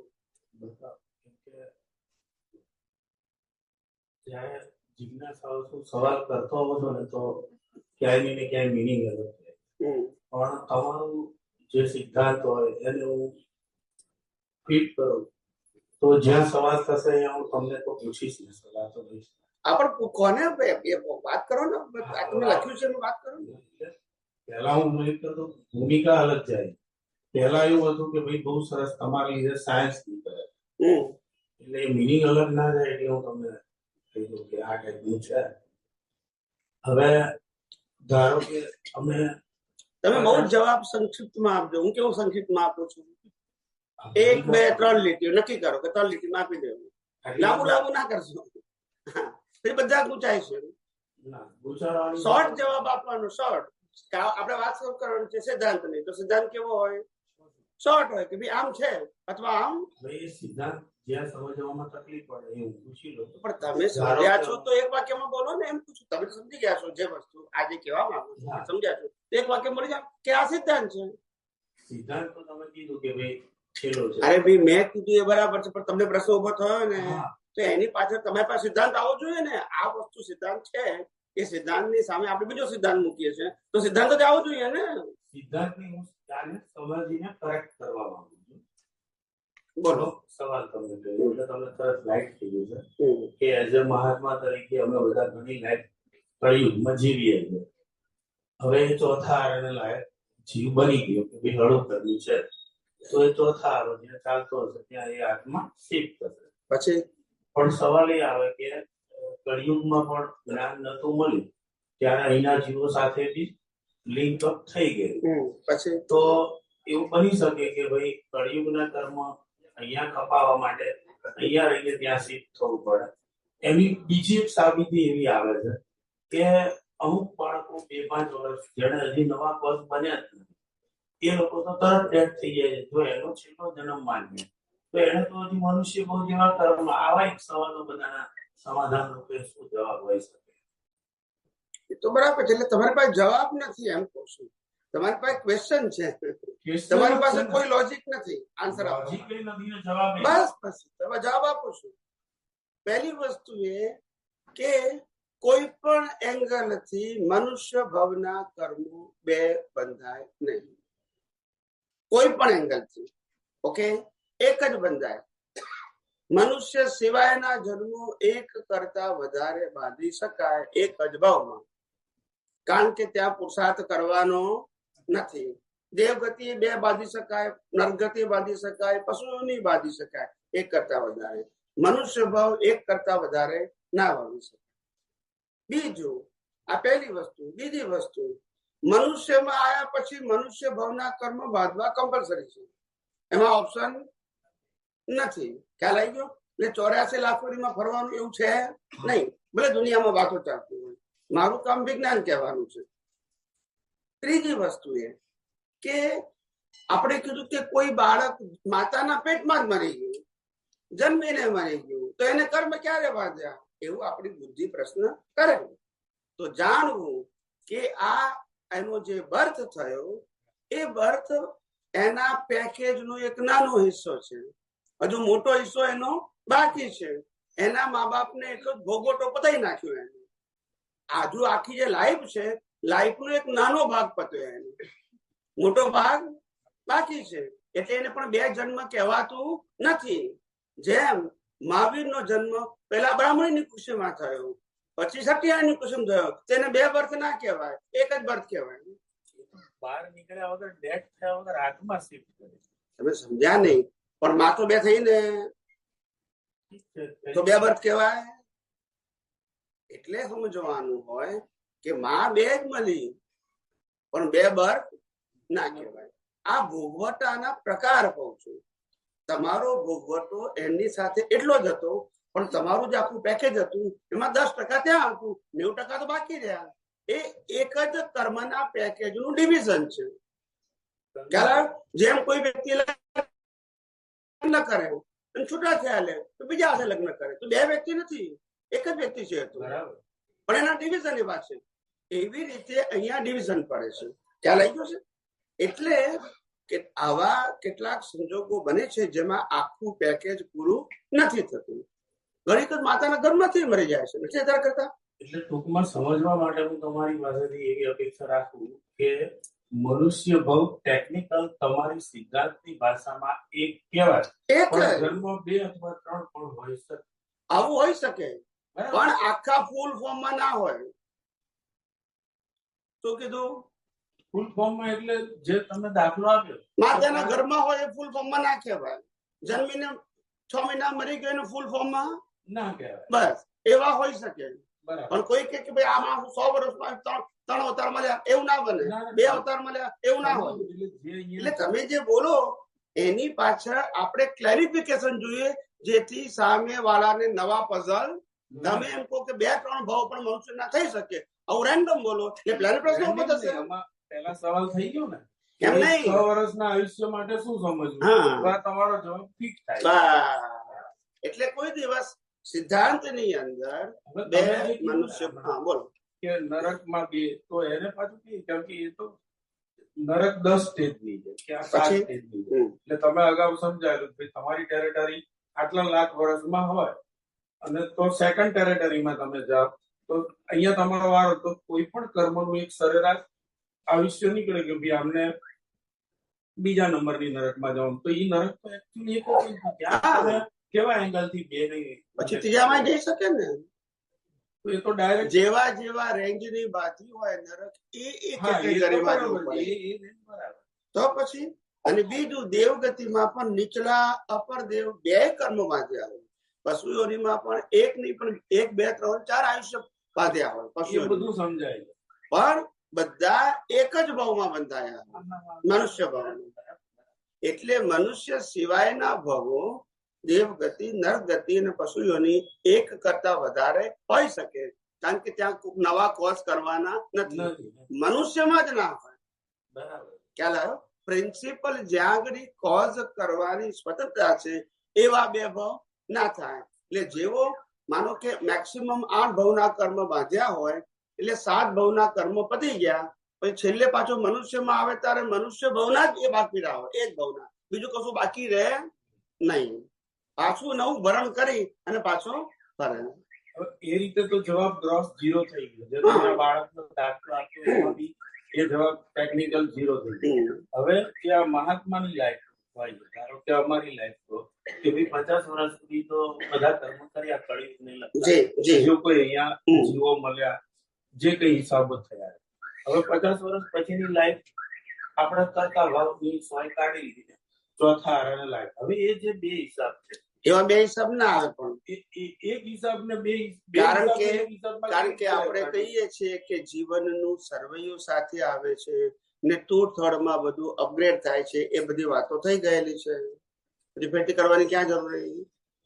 2/3 નો હિસાબ આપણે કરીશું. 25 વર્ષ સુધી તમે જે કઈ કર્મ આદ્યા હોય એ આગળ કરેક્શન કરી શકો છો, આગળ કરી શકો છો, આગળ કરી શકો છો. છેલ્લે સર્વૈયું આવે છે, એ પણ વાત થઈ ગઈ છે. એટલે સર્વૈયું નો એંગલ વિચારવો હોય ને તો તમારે એ હિસાબ બી કરવો પડે કે કળિયુગ માંથી સતયુગ, પાપ માંથી પુણ્યની બાદબાકી થઈને એક સર્વૈયું. એવું ના આવે. એવું પાછું આપણે સ્વીકાર કરવું ના. અપગ્રેડ નો મતલબ થાય તમારા જીવનની ડિઝાઇન બદલાશે. શું બદલાશે? પહેલા પાપના કર્મો કર્યા હોય, પછી પુણ્યના કર્મો કર્યા હોય, તો એ રીતે તમારું જીવન બદલાશે. પહેલા પુણ્ય કર્યું હોય, પછી પાપ કર્યું હોય, એ રીતના તમારા જીવન બદલાય. બધા જીવનને આપણે જોતા નથી. અને એક નાની ઉંમરમાં બહુ પુણ્યશાળી હોય, મોટી દુઃખી હોય. અને એક નાની ઉંમરમાં દુઃખી હોય, મોટી ઉંમરમાં સુખી હોય, તો એક જ જીવનના બે ભાગ થઈ ગયા ને. બાંધેવાર એક દાખલો આપો ને કે ભાઈ અમારી જે બી લાઈફ હોય ત્યાં કળિયુગમાં 45 વર્ષ આવા કાઢે અને બાકીના 30 વર્ષ આવા કાઢે, તો ગ્રોસ એક લાઈફ દાખલા તરીકે કેવી હોય કે જે એક જ બધું મિક્સ હોય લાઈફમાં, બધું જ મિક્સ હોય. તે પાછું ફિક્સ ના હોય કે ભાઈ પહેલા 25 વર્ષ ખરાબ એટલે ખરાબ જ હોવું જરૂર નથી, ને સારા એટલે સારા એવું તો નથી. પણ તેને કહેવાય ને કે પહેલા 25 વર્ષ સંઘર્ષમય હોય, પાછીના 50 વર્ષ જરા સરળ હોય, અથવા 50 વર્ષ સંઘર્ષમય હોય, 25 સરળ હોય, અથવા ઘણી વખત નાની ઉંમરમાં સરળ હોય, મોટી ઉંમરમાં સંઘર્ષમય આવે. આ બધું આવી શકે, કોઈ ફિક્સ નથી. સમજાય એ સમજાય તો જલ્દી કેમ કે હું હંમેશા હાર થી સ્વીકારું. એવું આપણે ક્યાં હારવાના? તમે સત્યુગ ઘણી વાર હું વિચારું કે આ ક્વેશ્ચનમાં તમને એવું લાગે કે એટલું મનોમંથન કરીને લાગે કે સતયુગમાં બી તમે કીધું કે સતયુગમાં બી કળિયુગ જેવા માણસો છે અને કળિયુગમાં પણ સતયુગ, એટલે એ હિસાબ ડબલ રૂલ નો ત્યાં પૂરો થઈ શકે. બધે થઈ શકે, પણ ઓવરઓલ કર્મો એના સતયુગ ના હોય કે જન્મ સતયુગમાં થાય, પણ સતયુગમાં પણ કળિયુગ જેવા લક્ષણો હોય શકે. અને કળિયુગમાં સતયુગ જેવા લક્ષણો પણ હોઈ શકે. બંનેનો ટેરિટરી વાઇઝ યુગ અને વ્યક્તિઓ તમને મળી શકે. ટેકનિકલ મોટી ઉંમરનો જવાબ બી 0 થઈ ગયો. યસ. હવે તૈયાર રાખવાનું. ચાલો પ્લીઝ. કે વિજ્ઞાન સમજવું એટલે દ્રષ્ટિ સાયન્ટિફિક કેળવવી, અને સાયન્ટિફિક કેળવવી એટલે કુદરતનો કાનૂન, કોઈ વ્યક્તિનો બનાવેલો કાનૂન. હવે કાનૂનને સમજવા માટે આપણી બુદ્ધિ ઘણા બધા પ્રશ્ન કરે, કાનૂનને સમજવા અથવા સ્વીકારવા માટે ચોગરદમથી, એટલે વાર લાગે. પણ કાનૂન એવો હોય કે જે કાનૂન ક્યારે બદલાતો નથી અને જીવ માત્રને એક જ સરખો લાગુ પડે છે. હવે આપણે જે કાનૂનની અંદર આપણને ડિફરન્સીસ લાગતા હોય તો જાણવું કે હજુ આપણે આ કાનૂન યથાર્થ સમજી શક્યા નથી. કાનૂન બદલાતા નથી, પણ આપણે આપણી સમજણ બદલવી પડે, કારણ કે એ તો સનાતન છે. આપણે કયા એંગલ થી નથી સમજ્યા, કયા એંગલ થી નથી સમજ્યા, એ આપણે કરેક્શન કરવાનું, કાનૂન ને કઈ કરવાનું નથી. પણ જે દિવસે કાનૂનની અંદર કોઈ ક્વેરી ના આવે ત્યારે સમજવાનું કે કાનૂન આપણી સમજણમાં ફિટ થઈ ગયો. અવસ્થા ભલે બદલાયા કરે, વ્યક્તિ ભલે બદલાયા કરે, પણ કાનૂન નહીં બદલાય. એટલે એ કુદરતનો કાનૂન છે અને તે જીવ માટે લાગુ પડે છે અને સર્વ કાળમાં લાગુ પડે છે. કેવો કાનૂન બધે ઠેકાણે અલગ અલગ નથી. હવે આપણે એવું કીધું કુદરતના કાનૂનમાં કે ભાઈ દેવલોક નરકલોકમાં કર્મ નથી બંધાતા, તો આપણે કેમ નથી બંધાતા? પણ એવું આપણને બુદ્ધિથી ઉત્પન્ન થાય. એ લોકોનું જીવન છે, આપણા કરતા મોટા મોટા જીવન છે, તો નથી કેમ બંધાતા? તો કે ત્યાં આપણા જેવું બોડી કે બુદ્ધિ નથી. ત્યાં ખાલી સપરિંગ કરવાનું છે. બોડી એવી જ આપી છે, આપણા જેવી સોશિયલ લાઈફની બોડી નથી ત્યાં આગળ, માટેની જ બોડી છે. બીજો ત્યાં કોઈ રોલ નથી, રોલ જ નથી. પછી એટલે દરેક ત્યાં આગળ બોડી પણ આપણા જેવું બિલકુલ નહીં, સોશિયલ લાઈફ નહીં, રિલેશન નહીં. ત્યાં નરગતિમાં જાઓ, ત્યાં તમારા કોણ સગાવાલા હોય? દેવલોકમાં કોણ હોય? કારણ કે તમારે ત્યાં હિસાબ ભોગવવા નથી, ઇન્ડિવિડ્યુઅલ ભોગવટો છે. નરગતિમાં ઇન્ડિવિડ્યુઅલ, દેવલોકમાં ઇન્ડિવિડ્યુઅલ છે, સામૂહિક નથી. અહીંયા કેવો છે? સામૂહિક ભોગવટો, તેને રિલેશન છે. ત્યાં એવું નથી. આ બધું સમજવું પડે. કોઈ આપણને પૂછે કે આવું કેમ, તો આપણા વિઝનમાં હોવું જોઈએ કે જે અહીંયા છે ત્યાં નથી, અને એ સાબિત પણ થવું જોઈએ. તો પછી આપણે સિદ્ધાંતને ચોગરજમથી સમજ્યા કહેવાય. ખાલી આર્ગ્યુમેન્ટ કરીએ, ખાલી વાક્ય બોલીએ કે ત્યાં આગળ કર્મ નથી બંધાતા, એ તો સેન્ટેન્સ કહેવાય. એની પાછળ સાયન્સ કહેવાય કે આવા રિલેશન, આવું બોડી, આવી લાઈફસ્ટાઈલ, આવું વિચારવાનું, આવો પુરુષાર્થ કરવાનો, આવી માલિકી કરવાની, કરતા કરવાનું, ભોગતા કરવાનું, એવું બધું છે નથી. માટે ત્યાં કર્મ બંધાતા નથી. આવું જે આપણું જે અહંકાર છે, આવી જે બુદ્ધિ છે, લાઈવ અહંકાર મન બુદ્ધિ છે, એ ત્યાં આગળ છે પણ નહીં અને જરૂર પણ નથી. ખાલી ડિસ્ચાર્જ જ જોઈએ ભોગવવા માટે, એનાથી ચાર્જ થતું નથી. એટલે દરેક વસ્તુ પાછળ સાયન્ટિફિક પ્રોસેસનું અવેરનેસ હોવી જોઈએ. અને ત્યાર પછી જે પ્રશ્ન પૂછે એના બધા જવાબ લિંક વાઇઝ નીકળવા જોઈએ. કારણ કે તમારા વિઝનમાં હોવું જોઈએ. એ જેટલું પૂછે એટલું જ આપવાનું. જેમ કૃષ્ણ ભગવાનને જેટલો પ્રશ્ન પૂછો એટલે જવાબ આપ્યો, બધું ના કહી દીધું. પણ એમના વિઝનમાં તો તારે નીકળ્યું ને. એમ જ્ઞાનીઓના વિઝનમાં બધું જ હોય, પણ તમે પૂછો એટલું જવાબ આપે.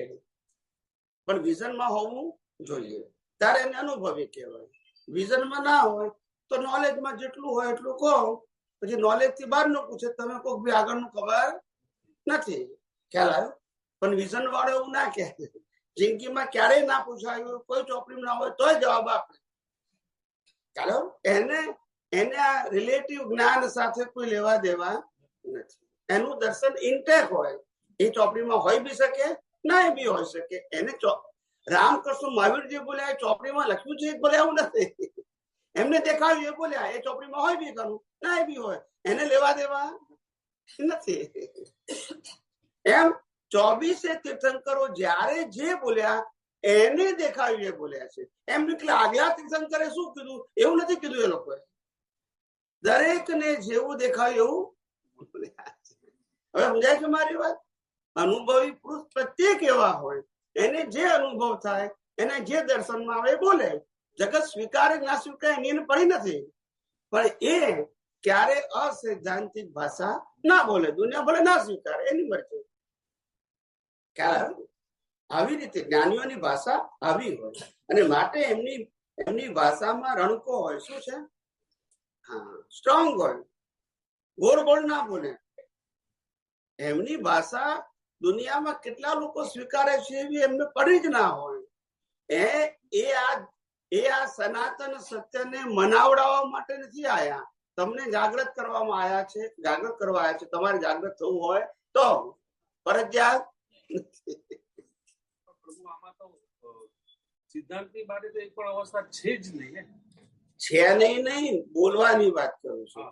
પણ એટલે આ નાની કે અનુભવી વિજ્ઞાની 100% સિદ્ધાંત થી જ વાત કરીને બધું હા. સમજાવી જ શકે છે. બસ ખાલી આપણી એટલે- કચાશ છે, હા આપણી કચાશ છે કે આપણે એમ સમજીએ છીએ કે આ અવસ્થા કયા સિદ્ધાંતમાં બેસે છે કે નથી બેસતી એમ. બાકી સિદ્ધાંતની બારે તો કોઈ એક પણ અવસ્થાઓ સિદ્ધાંતની બારે તો હોઈ શકે જ નહીં ને. એટલો આપણને સ્ટ્રોંગલી કોન્ફિડન્સ આવી જાય તો પછી બસ. જવાબ દર્શનમાંથી છે ને નોલેજ માંથી નથી. હા. નોલેજ ની લિમિટેશન જેટલું સાંભળ્યું કે વાંચ્યું હોય એટલું છે એની પાસે. અને અમે જે બુદ્ધિને બળદિયા કરીએ છીએ ને એના લીધે થઈને આ બધા પ્રોબ્લેમ પ્રોબ્લેમ નથી એ તમને એ સિદ્ધાંતની એ બહાર તમને જતા રહીએ. તમે સમજવા પ્રયત્ન કરી રહ્યા છો. એવું નથી કે પ્રોબ્લેમ છે, પણ તમારા નિમિત્તે તો આ વિજ્ઞાન બહાર પડે છે. ખ્યાલ આવે ને? એટલે એવો પ્રશ્ન નથી. પણ હું એવું કહું કે તમારે બધાએ તમે બધા હવે સાયન્ટિસ્ટ થઈ રહ્યા છો અને એ પ્લેટફોર્મ ઉપર તમે મુકાઈ ગયા છો. માટે દરેક વસ્તુને ચોગરદમથી વિચારવાનું અને પછી જ્યાં ના સમજાયું એટલું પૂછવાનું, એમ મારો ખ્યાલ છે. આખું પેકેજ કહેવાની જરૂર નથી. પેકેજ તો અમને ખબર જ છે. તમે પ્રશ્ન પૂછો છો એ ખબર છે અમને. તમારે ખાલી આટલું જ કહેવાનું, આમ છે માટે મારો આમ પ્રશ્ન છે એવું કહેવાની જરૂર. આખું પેકેજ તો ખબર જ છે. તમારી કડી પૂછવાની છે કે ભાઈ આ વસ્તુ જે સિદ્ધાંતમાં છે એમાં આટલી વસ્તુ મને નથી સમજાતી, એટલું જ અમારે કહેવાનું. બાકીનું બધું છે તમે સમજાશો, અમે સમજાઈ નાખેલું છે. એટલે પછી એને ડિસ્ક્રાઇબ કરવાની જરૂર નથી એમ.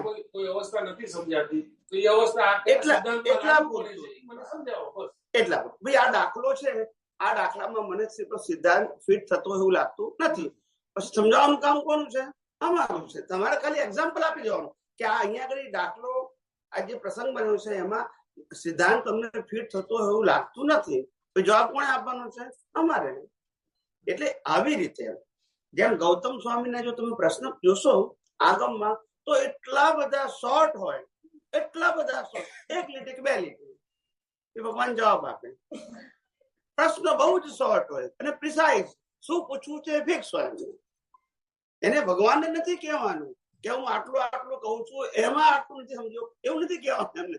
ભાઈ તું નથી સમજ્યું એટલું જ એટલે તમે 44,000 પ્રશ્ન એટલે શાસ્ત્ર પ્રમાણે 44,000 ક્વેશ્ચન ગૌતમ સ્વામીએ ભગવાન મહાવીરને કર્યા છે. એ બધા પ્રશ્ન તમે જોજો, એક લીટી, બે લીટી, મેક્સિમમ 3 લીટી, એનાથી આગળ હોય જ નહીં પ્રશ્ન. ભગવાન તો સમજવાના છે કે એને શું જોઈએ છે, એને શું પૂછે છે, એને શું જવાબ આપવાનો છે. એ આખું ડિસ્ક્રાઇબ ના કરે, એને ખબર જ છે અને મારે શું પૂછવું છે એટલું જ એ પૂછે. એવી રીતે જ્ઞાની પુરુષ દાદા ભગવાન પાસે પણ ઘણી વખત આવું થતું હતું. એટલે દાદા છેલ્લે કહે પણ તારો પ્રશ્ન શું છે મને કે.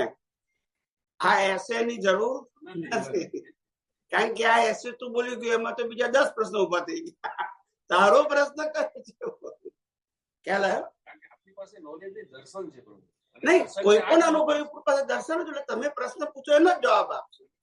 એ બધી વાતોની જરૂર એટલે ગુચાય છે પછી અહીંયા આગળ. અને પછી એમાં શું થાય છે, તમે જે આખું જે પેકેજ પૂછ્યું છે એનો હું જવાબ નથી આપતો, તમારા ક્વેશ્ચન જ આપું છું. હવે પેકેજમાં જે સાંભળ્યું બધાએ એને ઉભો થયો એનો જવાબ ના આવ્યો પાછું એને ઉભું થાય. ભાઈ એને જરૂર નથી પણ રજૂઆત થઈ ગઈ એટલે એનું ઉભું થાય કે નહીં? આવું થાય.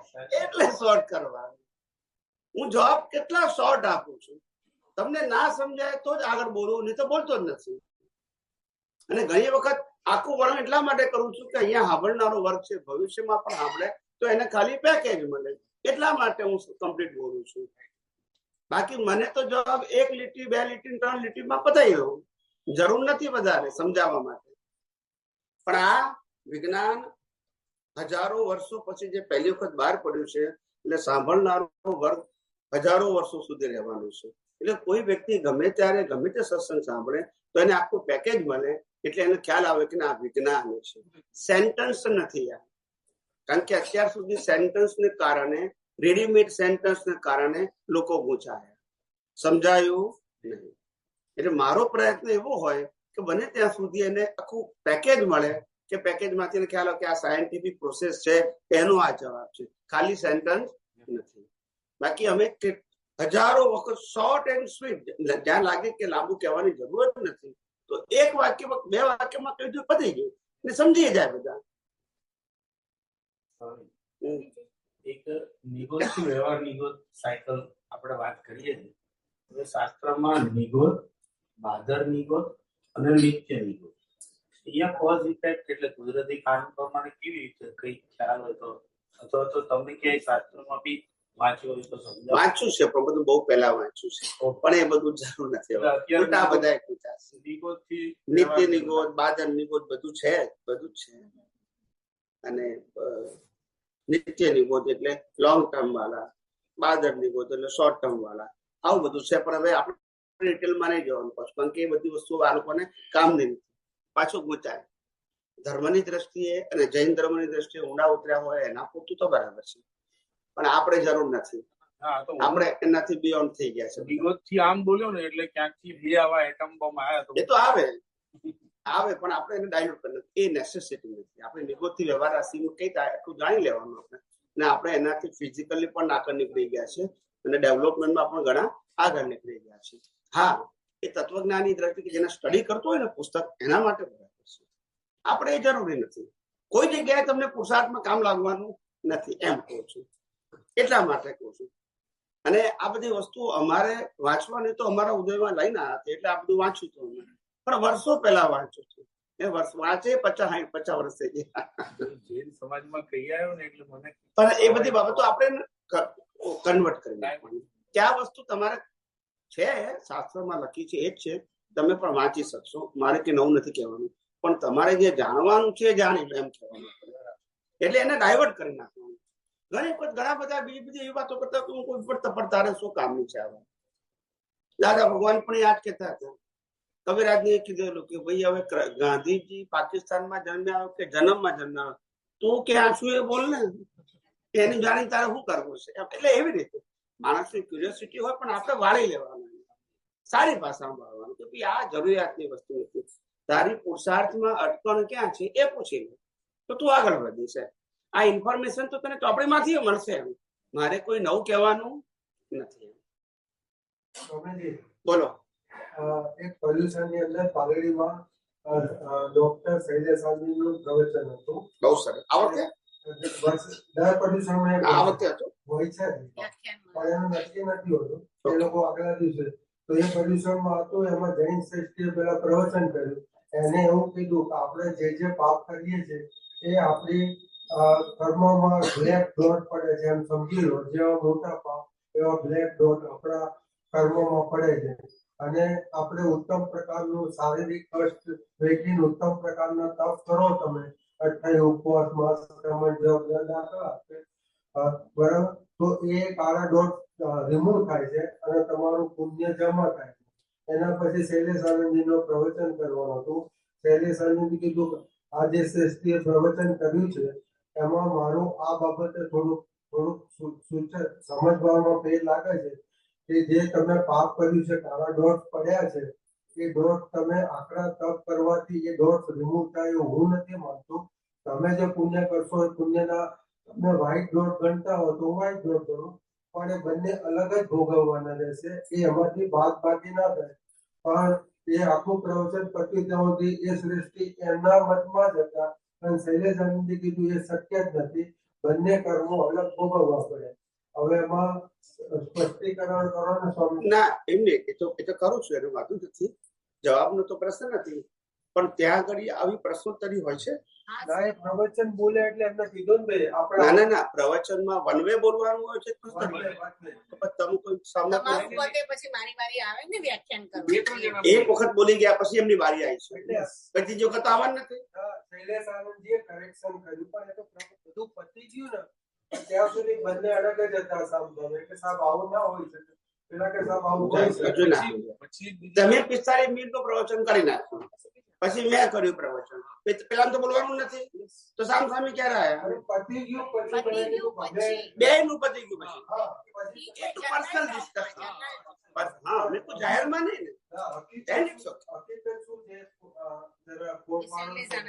પાપ અને પુણ્યનો ભોગવટો બધાને અલગ અલગ જ હોય, પ્લસ માઇનસ થતું નથી. સમજાય છે? કુદરતના કાનૂનમાં દરેક ટ્રાન્ઝેક્શન નું અલગ રિઝલ્ટ છે. એમાં પ્લસ માઇનસ સામસામે થતું નથી. આ કઈ બેંક બેલેન્સ નથી, આ કર્મ બેલેન્સ છે. ખ્યાલ આવ્યો? કર્મની અંદર તીર્થંકરને પુણ્ય ભોગવવાનું અને પાપે ભોગવવાનું આવે કે નથી આવતું? કે ભાઈ પાપ માઇનસ થાય છે, પછી કેમ આમ છે? રામને પુણ્ય ભોગવવાનું પાપ ભોગવવાનું ના આવે, કૃષ્ણને પુણ્ય ભોગવવાનું પાપ ભોગવવાનું ના આવે, કશું માઇનસ ના થાય. બધાના ટ્રાન્ઝેક્શન અલગ અલગ હોય અને અલગ અલગ જ ભોગવવા પડે. સામસામી ક્યારે આવતું નથી. કોઈ પણ કર્મ ના આવે. એક કર્મથી બીજું કર્મ ઉડી જાય એવું બને નહીં. સમજી ગયા? હા, દરેક કર્મના ફળ ટ્રાન્ઝેક્શન પ્રમાણે અલગ અલગ ભોગવવા પડે. દરેક વેદવા જ પડે. દરેક એટલે સામસામી એવું નથી, પ્લસ માઇનસ જેવું નથી. બરાબર છે, સિદ્ધાંત છે. બધાને ભોગવવા પડે. જય સચ્ચિદાનંદ. બોલો બોલો. તીર્થંકર સાહેબનું જે ભાવે તીર્થંકર એ કુદરતના નિયમ પ્રમાણે સિદ્ધાંત માતા પિતા અને નિર્વાણ અને જન્મ કલ્યાણ વચ્ચે જે જ્ઞાન ભાવ એ અત્યારે આપણે કહી શકાય છે. કહી શકાય? હા, આપણે નથી કહેતા કેવળ જ્ઞાની કહી શકે. જેની પાસે કેવળ જ્ઞાન છે એ કહી શકે. હવે એ પ્રમાણે આખું તીર્થંકર સાહેબનું જીવન વ્યવસ્થિત મુજબ ક્ષણે હિસાબ વાળું પણ હશે. એટલે એમને માતા પિતા ભાઈ બહેન મિત્ર ગણ ઘર પર કોણ પણ મળશે એ બધું પણ હશે વ્યવસ્થિતના નિયમમાં. બરાબર. બોલો બોલો. તો એ વ્યક્તિ જ્યારે તીર્થંકર સાહેબનું વ્યવસ્થિત હોય તો સામેની બધી જ વ્યક્તિઓનું વ્યવસ્થિત આવે. બોલો પછી. બસ એ જ વસ્તુ છે. એટલે હું એ કહેવા માંગતો હતો, મારો પ્રશ્ન અહીંયા પૂરો થઈ ગયો કે આપણે વ્યવસ્થિતના નિયમ મુજબ બોડીનો રોલ વ્યવસ્થિત છે, એમાં આત્મા અત્યારે નહીં કહી શકાય કારણ કે બધાના છેલ્લા જન્મ નથી. પછી બસ એટલે આ જ વસ્તુ છે. એટલે સાયન્સના પ્રમાણે એ હું કહું છું કે એ તીર્થંકર સાહેબનો જન્મ અત્યાર પછી 80 લાખ વર્ષ પછી કે જે સમય થવાનો એ સમયે એમના વ્યવસ્થિતના મુજબ મિત્રો બીજા બધા ધારો કે એ લોકોને જ્ઞાન નહીં પણ હોય, બધા મોક્ષે નહીં પણ જાય, પણ એમની ક્રિયાઓ અત્યારે સમજમાં આવે તો આ વસ્તુ આવી થશે. હું એવું કહેવા માંગુ. ફક્ત એમાં આત્મા કોનો હશે એ ના કહી શકાય કારણ કે એ માર્ગમાં બધા નહીં આવેલા હોય તો બધાનો છેલ્લો જન્મ. છેલ્લો જન્મ નહીં. હું આ અત્યાર સુધી આ પૂછતો એક ના સમજાવો. પહેલી વસ્તુ એ કે હિસાબો શરીરના માધ્યમથી પૂરા થાય છે, પણ શરીર એ હિસાબ ભોગવવા માટે નથી. ખ્યાલ આવ્યો? હિસાબ આત્માની હાજરીથી બંધાયો છે. આત્માની હાજરીમાં ઉકલે અને બોડી કુદરતનું હતું છે અને રહેશે બધાયનું. એમાં અપવાદ નથી. બરાબર છે. એટલે બોડી કયું આવશે એવું નહીં, બોડી કુદરત જ આપે છે. પછી આવતા બોડી કુદરત જ આપશે, કયું આપશે એવું નહીં. તમારું ક્લિયર થઈ ગયું છે. જે વ્યવસ્થિત આપણે તીર્થંકર સાહેબનું છે એટલે બધાનું આપણે વ્યવસ્થિત ક્યારે હશે જવું છું સમજો. એ સમય એક સમજાવો, સાદી ભાષામાં સમજાવો, અઘરું ના પડે. એટલે તમારો નેક્સ્ટ બર્થ થશે ત્યારે તમારા જેની સાથે હિસાબ હશે એ તમને ભેગા કરવાનું કામ કુદરતનું છે. બરાબર છે? ના પણ એક મિનિટ, આટલું સમજાય ને એમ કહું છું. હવે આગળ કહું છું. આની અંદર જ પાછું આખું પેકેજ કર્યું જન્મથી મોત સુધી. જો તમારા જન્મ પછી જન્મ્યા નથી એની સાથે પણ તમારો હિસાબ છે, એના પછી જન્મવાના છે એની સાથે તમારો એ જ અવતારમાં હિસાબ છે. ને તમે દાદા બનો છો. છોકરા હાથે હિસાબ જન્મ્યો નથી તોય, ને છોકરાના હિસાબ પર તમારી હાથે છે, એ બે જ નથી જન્મ્યા. હવે ખ્યાલ આવી ગયો? અચ્છા, એની સાથે સંકળાયેલી પત્ની એ પણ જન્મ્યા નથી, પણ તોય તમારી સાથે હિસાબ છે. એ કુદરતનું કામ છે.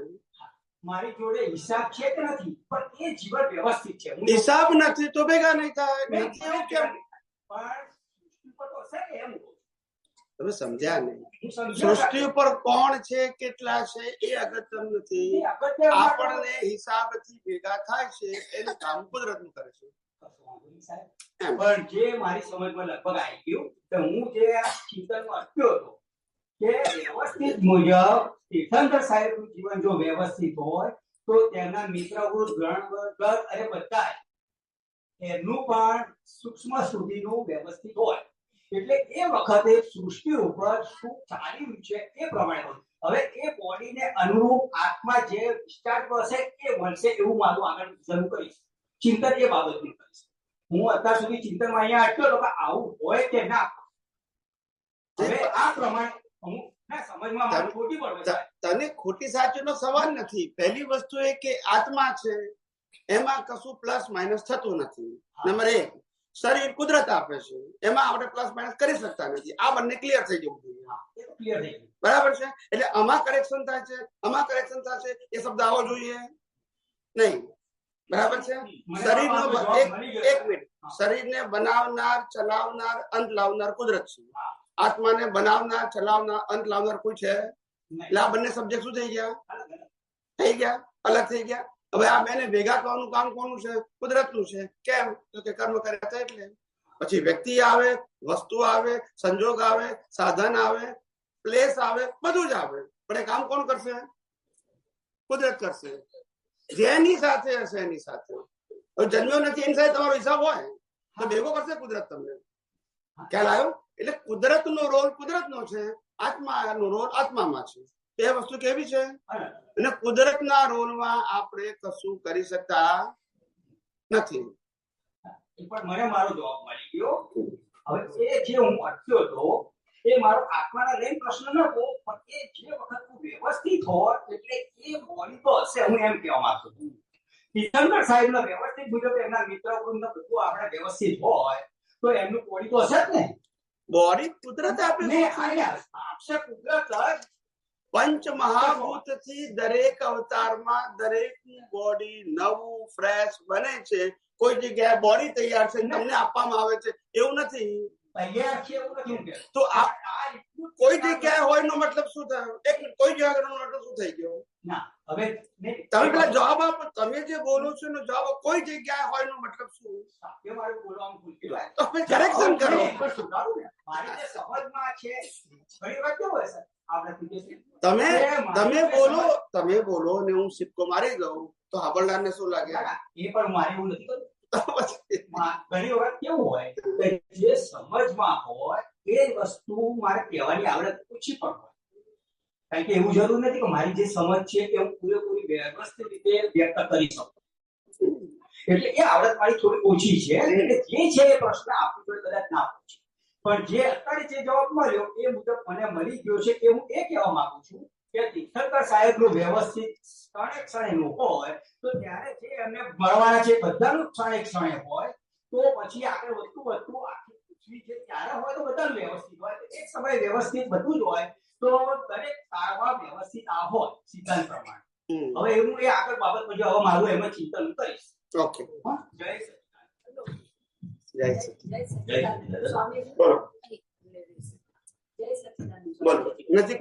જય સચ્ચિદાનંદ સ્વામીજી. હમણાં થોડી વાર બ્રેક પહેલા આપણી વાત થઈ હતી કે વાઇફ ખરાબ હોય તો તમારે ખરાબ માંથી સારી છે કરવાનું. આમાં મારે એ પૂછવાનું છે સ્વામીજી કે આમાં પેલા આપણે અભિપ્રાય છે એનો જ ખાલી સ્વામીજી આપણે ભાગાકાર કરજો. નંબર 1. અને બીજું આપણું એક લેવલ નીચે જાય છે. બરાબર, જયારે આપણે એને વાઇફને સારી છે હું કહું છું ત્યારે એક લેવલ આપણે નીચે ઉતર્યા. આપણે સુખની જાગૃતિમાં રહી જયારે કુદરતી રચના જોઈ આપણા મનને આપણે સમાધાન બરાબર મનને કુદરતી રચના જોતા હોય તો પછી આ સમાધાનની જરૂર નથી. મન કુદાકુદ કરતું હોય તો આ સબસ્ટિટ્યુટ સમાધાન આપવું. કુદરતી રચના દેખાતું તો સમાધાનની જરૂર ક્યાં છે? પણ સ્વામીજી આપણે જો ખાલી વાઇફને સારી છે કરીએ છીએ તો પેલું જે આપણું એના પરમાણુ જે આગળ કોટ થયા હતા બરાબર કે જે હિસાબ હતો જે XY જે હું સમજુ તે પૂરો થઈ જાય છે કે પાછું મારે સ્વસ્વરૂપની જાગૃતિમાં રહી અને કુદરતી રચના તો જોવાનું જ. એટલે કુદરતી રચના નથી દેખાતું માટે ફરિયાદ ઉભી થાય છે. માટે આ સાધનની જરૂર છે. જો કુદરતી રચના દેખાતું હોય તો આ સાધનની જરૂર નથી. જે તે રીતે તમારા મનને સમાધાન થવું જોઈએ. પેલી રીતે ના થતું હોય તો આ રીતે કરો એમ. પણ સ્વામીજી તો ખાલી સમાધાનના બેઝ ઉપર જ છે ને. પછી મારે કુદરતી રચના જોવાનું તો બાકી જ રહ્યું ને. બાકી જ રહે ને. કેમ કે જે પરમાણુ મેં કોટ કર્યા હતા એને મારે પ્લસ માંથી માઇનસ તો કરવું જ પડશે ને, હિસાબ તો પૂરો જ કરવો પડશે ને મારે. એટલા માટે જ કીધું જ્ઞાની ભગવંતો માટે કે હંમેશા એક વસ્તુ ધ્યાન રાખવું કે જ્યારે જ્ઞાની ભગવંતો કે ત્યારે તમને છેલ્લી સાધન તો બતાવી દીધું, પણ બધાને એ ઉપયોગ ન કરી શકે એવી ક્ષમતા હોય, એવા સંજોગો હોય તો એનું સબસ્ટિટ્યુટ આપવું કે ભાઈ સારું છે એવું પણ કહી શકાય. બીજું કીધું કે ભાઈ આ સંજોગો મોક્ષ માર્ગ માટે લાયક અને સહાયક નથી, માટે મને મોક્ષ માર્ગ માટે લાયક અને સહાયક સંજોગો પ્રાપ્ત થાવ બસ. કારણ કે આપણને જો કુદરતી રચના દેખાય છે તો પછી આની જરૂર નથી, પણ નથી દેખાતું એના આધારે 1, 2, 3, 4 એડજસ્ટમેન્ટ આપીએ છીએ, એમાંથી જેને જે અનુકૂળ લાગે એ ઉપયોગ કરે. પણ સ્વામીજી આ તો ખાલી એડજસ્ટમેન્ટ જ થયું ને, તો એ જોઈએ ને, કામ તો મારું બાકી જ છે હજી જે કરવાનું છે. બાકી જ રહે ને, પણ ક્યાં ના પાડો છો?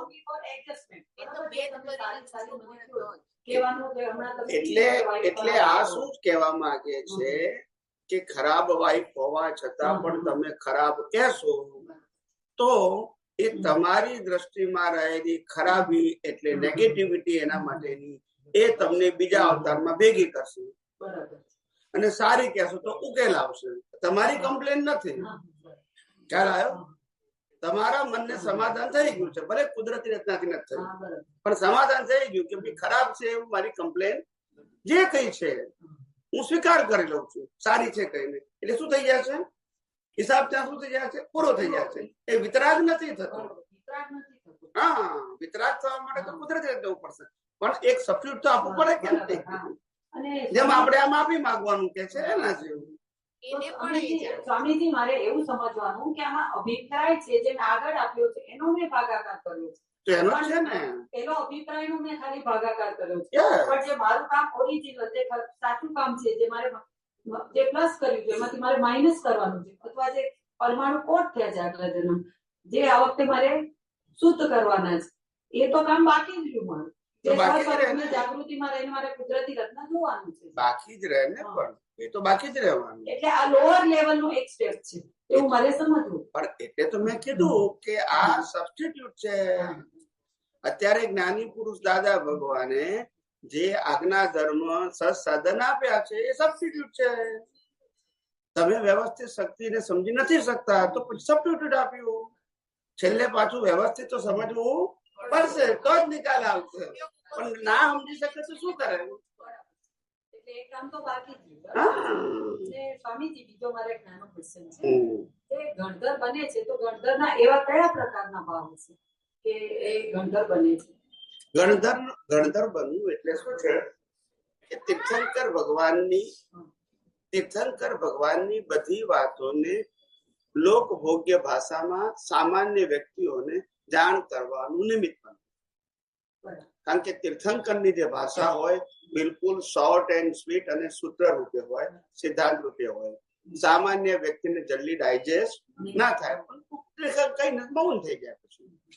પણ એને વિગતવાર કે પછી ગણધરોને કોઈ ટાઈમ લિમિટ ના હોય બોલવામાં, એ પ્રવચન ના કરે પણ વ્યક્તિગત વાતો કરીને તમારો ઉકેલ એમાં કઈ એવું હોય છે સ્વામીજી, એક તીર્થંકર થાય ત્યારે આટલા જ ગણધર થાય એવું કઈ હોય છે? એ દરેક ના હિસાબ પ્રમાણે, કર્મના હિસાબ પ્રમાણે, સંખ્યા ફિક્સ નથી, હિસાબ ફિક્સ.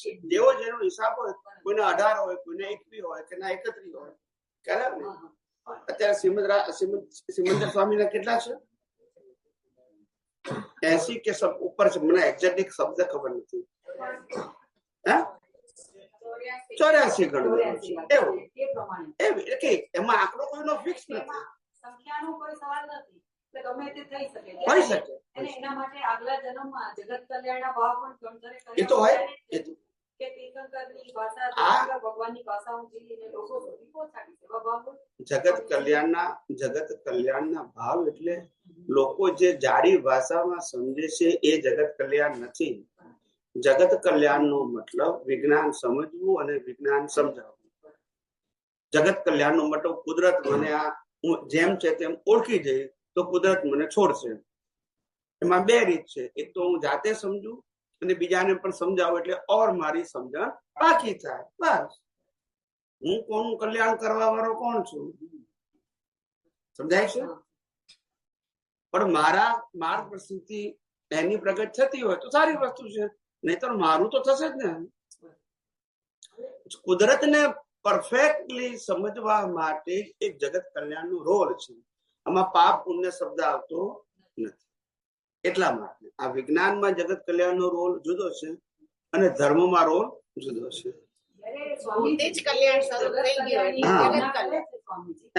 જયારે આમાં આપણે કીધું હતું કે પુણ્ય બે પ્રકારનું છે, ક્વોલિટી વાળું અને ક્વોન્ટિટી વાળું. તો જયારે જે માણસ છે એ જગત કલ્યાણની ભાવના કરે છે તો ત્યારે તેનું ક્વોલિટી વાળું ને ક્વોન્ટિટી વાળું જે પુણ્ય છે, પુણ્યની બંધુ પુણ્ય જેને આપણે કહીએ છીએ એ વપરાશે સ્વામીજી. ત્યારે જગત કલ્યાણની ભાવના બીજા જન્મમાં રૂપકમાં આવશે. બરાબર ને સ્વામી? કેમ કે આપણે કહીએ છીએ ભાવ પ્લસ અત્યારે આપણે જેટલું લઈને આયા હોય ઉદયમાં એટલા સંજોગ ભેગા થાય, પણ અત્યારે જે ભાવ કરશો એના આધારે આગળ પણ સંજોગ ભેગા થાય. પુણ્ય પણ સ્વામીજી વપરાશે ને જગત કલ્યાણની ભાવના. જગત કલ્યાણ કરવાથી પુણ્ય વપરાય નહીં. ક્યારે આવ્યો? જગત કલ્યાણ કરવાથી પુણ્ય બંધાય. એટલે કુદરતે તમને બીજાને હેલ્પ કરવા માટેના સંજોગોનો જે ભાવ છે એ પૂરા કર્યા. તમારે એના પાસેથી કશું લેવું નથી. લેવું હોય તો પુણ્ય જોઈએ, આપવું હોય તો પાપ જોઈએ કે મારું પાપ છે એટલે મારે આપવું પડે છે. લેવું હોય તો પુણ્ય. અહીંયા કડી કશું આપવું લેવું નથી. તમે તમારા જ્ઞાનની વહેંચણીમાં પાપ પુણ્ય નથી આવતું. એની પાછળ કોઈ કોમર્શિયલ અપેક્ષા હોય તો પછી પુણ્ય શબ્દ આવે. આજે ભગવાન બધાને જ્ઞાન વહેંચે છે, એમને કોઈ અપેક્ષા નથી.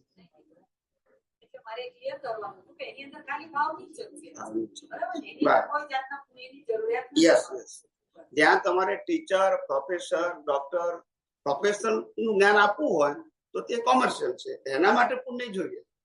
એટલે કોઈનો ધંધો ચાલે ને કોઈનો ના ચાલે. ડિગ્રી તો મળે કે બધા ચાલે.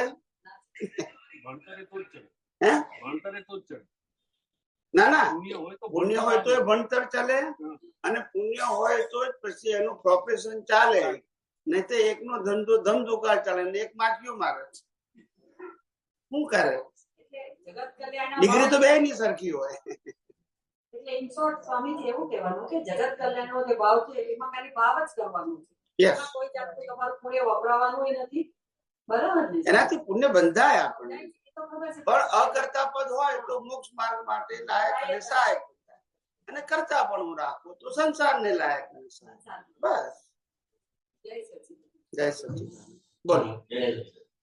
કાલે ચિઠ્ઠી મોકલી હતી પણ સાંજે આવી હતી એટલે હું હતો હવે ચિઠ્ઠી ક્યાં છે? બોલી દઉં. શું નામ હતું? એમ કે નિસર્ગ પર નાની આટલી હતી? લાલ કલરની પેન હતી. લાલ કલરની પેન વાંચ્યું હતું. નિસર્ગ પરી કાલે વાંચ્યું હતું મેં, પણ કીધું કે નથી. મહાપુરુષોના જીવન જોઈએ તો આજુબાજુ ઝઘડા, ફેમિલી પ્રોબ્લેમ વાળા હોય છે. એટલે પુરવાર થાય છે કે ગયા જન્મમાં મોક્ષને લાયક સંજોગો એમને માગ્યા નતા, તો આપ અમને મોક્ષને લાયક સંજોગ માગવાનું કેમ કહો છો? ખરી અને ચોખ્ખી મોક્ષની ભાવના વાળો હોય ત્યારે કુદરત એમને એમ પણ મોક્ષ સહાયક સંજોગો તો આપવાની જ છે ને, તો અસલી માગવા તો અલગથી માગવાની ક્યાં જરૂર છે? બરાબર છે. હવે આ કેવું છે, તમે જે કીધું ને કે ભાઈ મહાપુરુષોના જીવનમાં પણ ઝઘડા અને ફેમિલી પ્રોબ્લેમ તો હોય છે. બરાબર છે, વાત સાચી છે, પણ એ માગ્યા નથી, એ થઈ ગયા છે. ખ્યાલ આવ્યો? અને આપણે મોક્ષ માર્ગ માટે લાયક અને સહાયક સંજોગો આપી પુણ્ય મારે અહીંયા આ ફિલ્ડમાં વાપરવું છે એવું નક્કી કરીએ છીએ. હવે સમજાય છે મારી વાત? પુણ્ય જુદી વસ્તુ છે અને પુણ્યનો ઉપયોગ જુદી વસ્તુ છે. બેંક બેલેન્સ જુદી વસ્તુ છે, બેંક બેલેન્સ ક્યાં વાપરવું એ જુદી વસ્તુ છે. હવે ખ્યાલ આવી ગયો? પુણ્ય એટલે બેંક બેલેન્સ અને વાપરવું એટલે ટ્રાન્ઝેક્શન. તો તમે કુદરતને ભાવ કરો છો કે મારે સંજોગો તો જોઈએ છે પુણ્યને આધારે, પણ કેવા જોઈએ છે? જેનાથી હું મોક્ષ માર્ગ માટે આગળ વધું અને મારી ક્વોલિટી પણ એવી બને, એના માટે, ચારિત્ર માટે. ખ્યાલ આવ્યો? એટલા માટે છે. આપણો ભાવ તો હોઈ શકે ને. પેલો મોક્ષનો ઉત્કૃષ્ટ પુરુષાર્થ કરનારો હોય તો રિલેટિવમાં આખું મારવાનું મન જ ના થાય. પણ આ રિલેટિવ ક્યાં છે? આ તો મોક્ષ માર્ગ માટે છે. કશું માગું જ શું કરવાય એને એવા ભાવ થતા કે કઈ પડવું જ નથી મારે, કઈ કે ભાઈ મારે કઈ માગવું જ નથી, તો પછી એના કુદરત આખો આપને આપણે નહીં. પહેલી વસ્તુ એ કે કુદરત બધાને આપોઆપ જ આપે છે. ખ્યાલ આવ્યો? માગે છે એવું આપે છે એવું જરૂરી નથી, પણ માગે એ આપે ત્યારે કે બેલેન્સ પડ્યું હોય તો, નહીતર ના આપે. બધાને એક મારે તો અબજોપતિ થવું છે, થઈ જાય? કેમ ના થાય? માગ્યું તો ખરું, હવે આવ્યું ને પાછું. એટલે દરેક વસ્તુ પાછળના રીઝન છે, કશું રેન્ડમ. તમે એમ કહો કે મારો કોઈ પણ ભાવ નથી, વાત સાચી છે, ભાવ નથી તમારો, પણ ભાવ નથી એટલે કુદરત તમને આપશે તો ખરી, પણ ડિરેક્શન તમારે કઈ બાજુ જવું છે? સંસાર બાજુ કે મુક્તિ બાજુ? બે જ ઓપ્શન છે તમારા. હવે ખ્યાલ આવી ગયો? ખ્યાલ આવ્યો? જ્યાં સુધી જેને મુક્તિની ખબર નથી એ તો સંસાર જ માગવાના છે, અથવા એનો જોર સંસાર તરફ જ રહેવાનો છે. પણ જેની પાસે સંસારિક દ્રષ્ટિ સાથે આધ્યાત્મિક દ્રષ્ટિ છે એની પાસે ઓપ્શન છે. હવે ખ્યાલ આવી ગયો કે મારી જે કઈ પુણ્ય છે એ પુણ્યનું ફળ મને મોક્ષ માર્ગ માટે લાયક અને સહાયક છે. બધું કુદરતી રચના જોતો હા, તો પછી મારો પ્રશ્ન છે કે અલગથી માંગવાનું કેમ? બધું જોવાનું છે. હા, જોવાનું છે, અને કુદરતી રચના જોવાનું ફળ જ મોક્ષ માર્ગ માટે લાયક અને સહાયક સંજોગો છે. ખ્યાલ આવ્યો? પણ મોક્ષ માર્ગ માટે લાયક અને સહાયક સંજોગો માગવાનું કારણ એ કે આપણે કોઈ ભૌતિક બાબત માગવામાં ઊંડા ઉતરીએ નહીં. આમનું જોઈને મને આવું જોઈએ, આમનું જોઈને મને આવું જોઈએ, આમનું જોઈને આવું જોઈએ, એવું મને થાય કે નહીં? એ ના થાય એનો આ ઓપ્શન છે. ખ્યાલ આવ્યો? હા, એનો આ ઓપ્શન છે. કારણ કે આપણી પાસે હજુ એવી ક્ષમતા નથી કે આપણે કશું જ જોઈતું નથી, જોઈએ છે ને આપણને મન થઈ જાય. એટલા માટે કીધું કે એના કરતા ભલે મન થાય છે પણ માગવું એવું કે જેથી આપણે મુક્તિના માર્ગે પાછા. ધારો કે આપણે હું નથી કીધું કે મારે લગ્ન કરવા નથી, મારા મા બાપ જોતા નથી, મારા ભાઈ બહેન જોતા નથી, મારે ગુરુ જોતા નથી, એવું નથી કેવું આપણે. પણ જે મળે એ મને કેવા હોવા જોઈએ? મોક્ષ માર્ગ માટે લાયક અને સહાયક. That is the angle. એ જે ભાવના થાય છે ને એને એ જાણી શકે છે કે મારી એ હાજરી તો જાણી શકે ને, એ તો જાણી શકે. પણ આ તો ભાવના કરવાનું ખાલી કારણ કહું છું. ભાવના થઈ જાય છે એ પર્ટિક્યુલર લેવલ ઉપર જો એ કહે છે કે આ લેવલ ઉપર એ ભાવના એ અંદરથી થઈ જાય. જય સચ્ચિદાનંદ. સ્વામીજી, હવે પરમાણુનું વિજ્ઞાન થોડુંક સમજવું. એટલે અત્યારે જે આપણે જે પણ સંજોગો એ પરમાણુના હિસાબે સંજોગો ખેંચાઈને આવે છે, ઉભા થાય છે. પરમાણુ હિસાબે સંજોગો ઉભા થાય છે ને ખેંચાઈને આવે છે. આપણા કર્મના પરમાણુ છે એના એના આધારે થાય છે.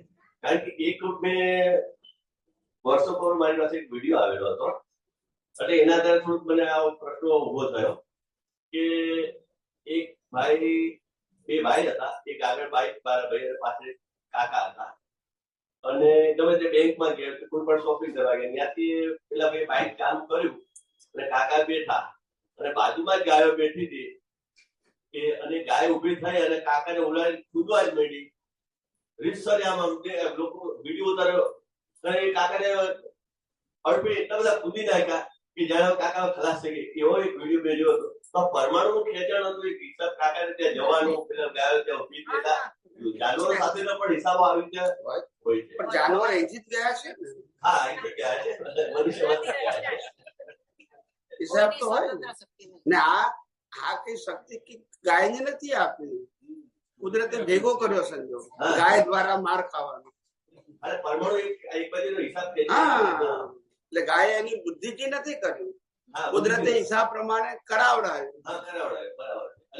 ગાય એવું નથી દેખાતું કે આ ગયા અવતારનો છે, મારું છે, એમ કહું છું. કુદરતે સંજોગ ભેગો. હા સંજોગ ભેગા કરે એટલે આવું એટલે પરમાણુ મૂળ એકજેટા દરેકના જીવનમાં પરમાણુ એકબીજાની સાથે કામ કરતા હોય છે. પરમાણુ જ કામ કરે ને. અત્યારે આપણે કોઈને જોઈને રાગ થાય, કોઈને જોઈને દ્વેષ થાય, કેમ થાય છે? લેવા દેવા નથી તો હા પરમાણુ અને આપણી સાથે જે આ બધી ખેંચાઈને આવીએ છીએ એ પણ એકબીજાના પરમાણુ એક ભાવવાળા એક સ્વભાવવાળા પરમાણુ ખેંચાઈને આવે. હિસાબ વાળા પરમાણુ ભેગા થાય, જેવા હોય નેગેટિવ પોઝિટિવ જે હોય, પણ પરમાણુ વાળા ભેગા થાય અને ભેગા કરવાનું કામ કુદરતનું છે. કુદરતનું કામ છે. પરમાણુનું વિજ્ઞાન તો બહુ આમ જોવા જઈએ તો બહુ વિશાળ વિજ્ઞાન છે. આમ તો છે બધું. આ બધી પરમાણુઓની તો અસર છે બધી. પરમાણુની અસર તો પછી વાઇબ્રેશન શું કહેવાય? વાઇબ્રેશન એકબીજા સાથે મેળાનું કામ પણ કુદરત જ કરે છે. પરમાણુ થાય બધું શરીર જ એનું છે. તો પછી આવડું મોટા પ્લેન ક્રેશ થયું એમાં પણ બધું એક સાથે બધા જે ખેંચાઈને આવ્યા હિસાબ બધા ખેંચાઈને આવ્યા. હિસાબ વાળા ખેંચાઈને આવે ને, બીજું કોણ ખેંચાઈને આવે? જેનો હિસાબ નહોતો એ નીચે જે લોકો દોડીને બહાર હતા, નીકળ્યો. જે લોકો નીચે હતા, ડોક્ટરો ભણતા હતા, એ લોકોનો પણ આવા હિસાબ હોય તો ખરો જ ને. કનેક્ટેડ જ હોય ને પ્રભુ. એ તો કેત બને રોડ પર જતા હતા એ પણ આની અંદર અડફેટ આવી ગઈ. તો બધા હિસાબ આ કુદરતનું સંચાર માઇન્ડમાં જલ્દી ફિટ નથી થતું કે આવડું મોટું ફિટ થાય કેમનું? પણ આપણને ફિટ નથી થતું એનું કારણ છે કે આપણે ફિટ કરવા માટેની સમજણ કેળવતા જ નથી. આપણને ખબર જ પડતી નથી કે આ લગ્ન થયા ને એની સાથે વાઈફ માનવું કેમ પડ્યું, ફિટ કેમનું થયા? નહીં લેવા નહીં દેવા, નથી જન્મ આપ્યો, નથી ભેગા થયા, નથી રમ્યા, કશું કર્યું, વાઈફ માનવી કેમ નહીં? ફિટ કેમનું થાય છે? જો બોલતા નથી. આમાં તમારી પાસે ચોઈસ ક્યાં છે? કુદરત તમારા પરમાણુ પ્રમાણે સંજોગો ભેગા કરે છે ને એ પ્રમાણે સ્વીકાર થઈ જાય છે. બોડી પાસે સ્વીકાર કરવું ના કરવું ફ્રીડમ. બોડી તો બધાનું ઇન્સ્ટ્રુમેન્ટ છે, એના થ્રુ તમારા પરમાણુના હિસાબ પૂરા થાય છે. આપણા ભૂતપૂર્વ સીએમ જે હતા એ 2 વખત ટિકિટ કેન્સલ કરે, પણ જ્યાં સુધી સંજોગ કુદરત ભેગું ના થાય ત્યાં સુધી એ કાર્ય નથી કરતું. એટલે બહુ ગજબનું આ તો આપણા હાથમાં છે જ નહીં. એ તો કઉ છું નથી. છે ને શું નહીં એ જાણવું પડે આપણા હાથમાં. જે છે ભાવ સત્તા જ આપણા હાથમાં છે, બાકી બધું કુદરતના હાથમાં. બસ ચાલો ચાલો પ્રાર્થના બોલી.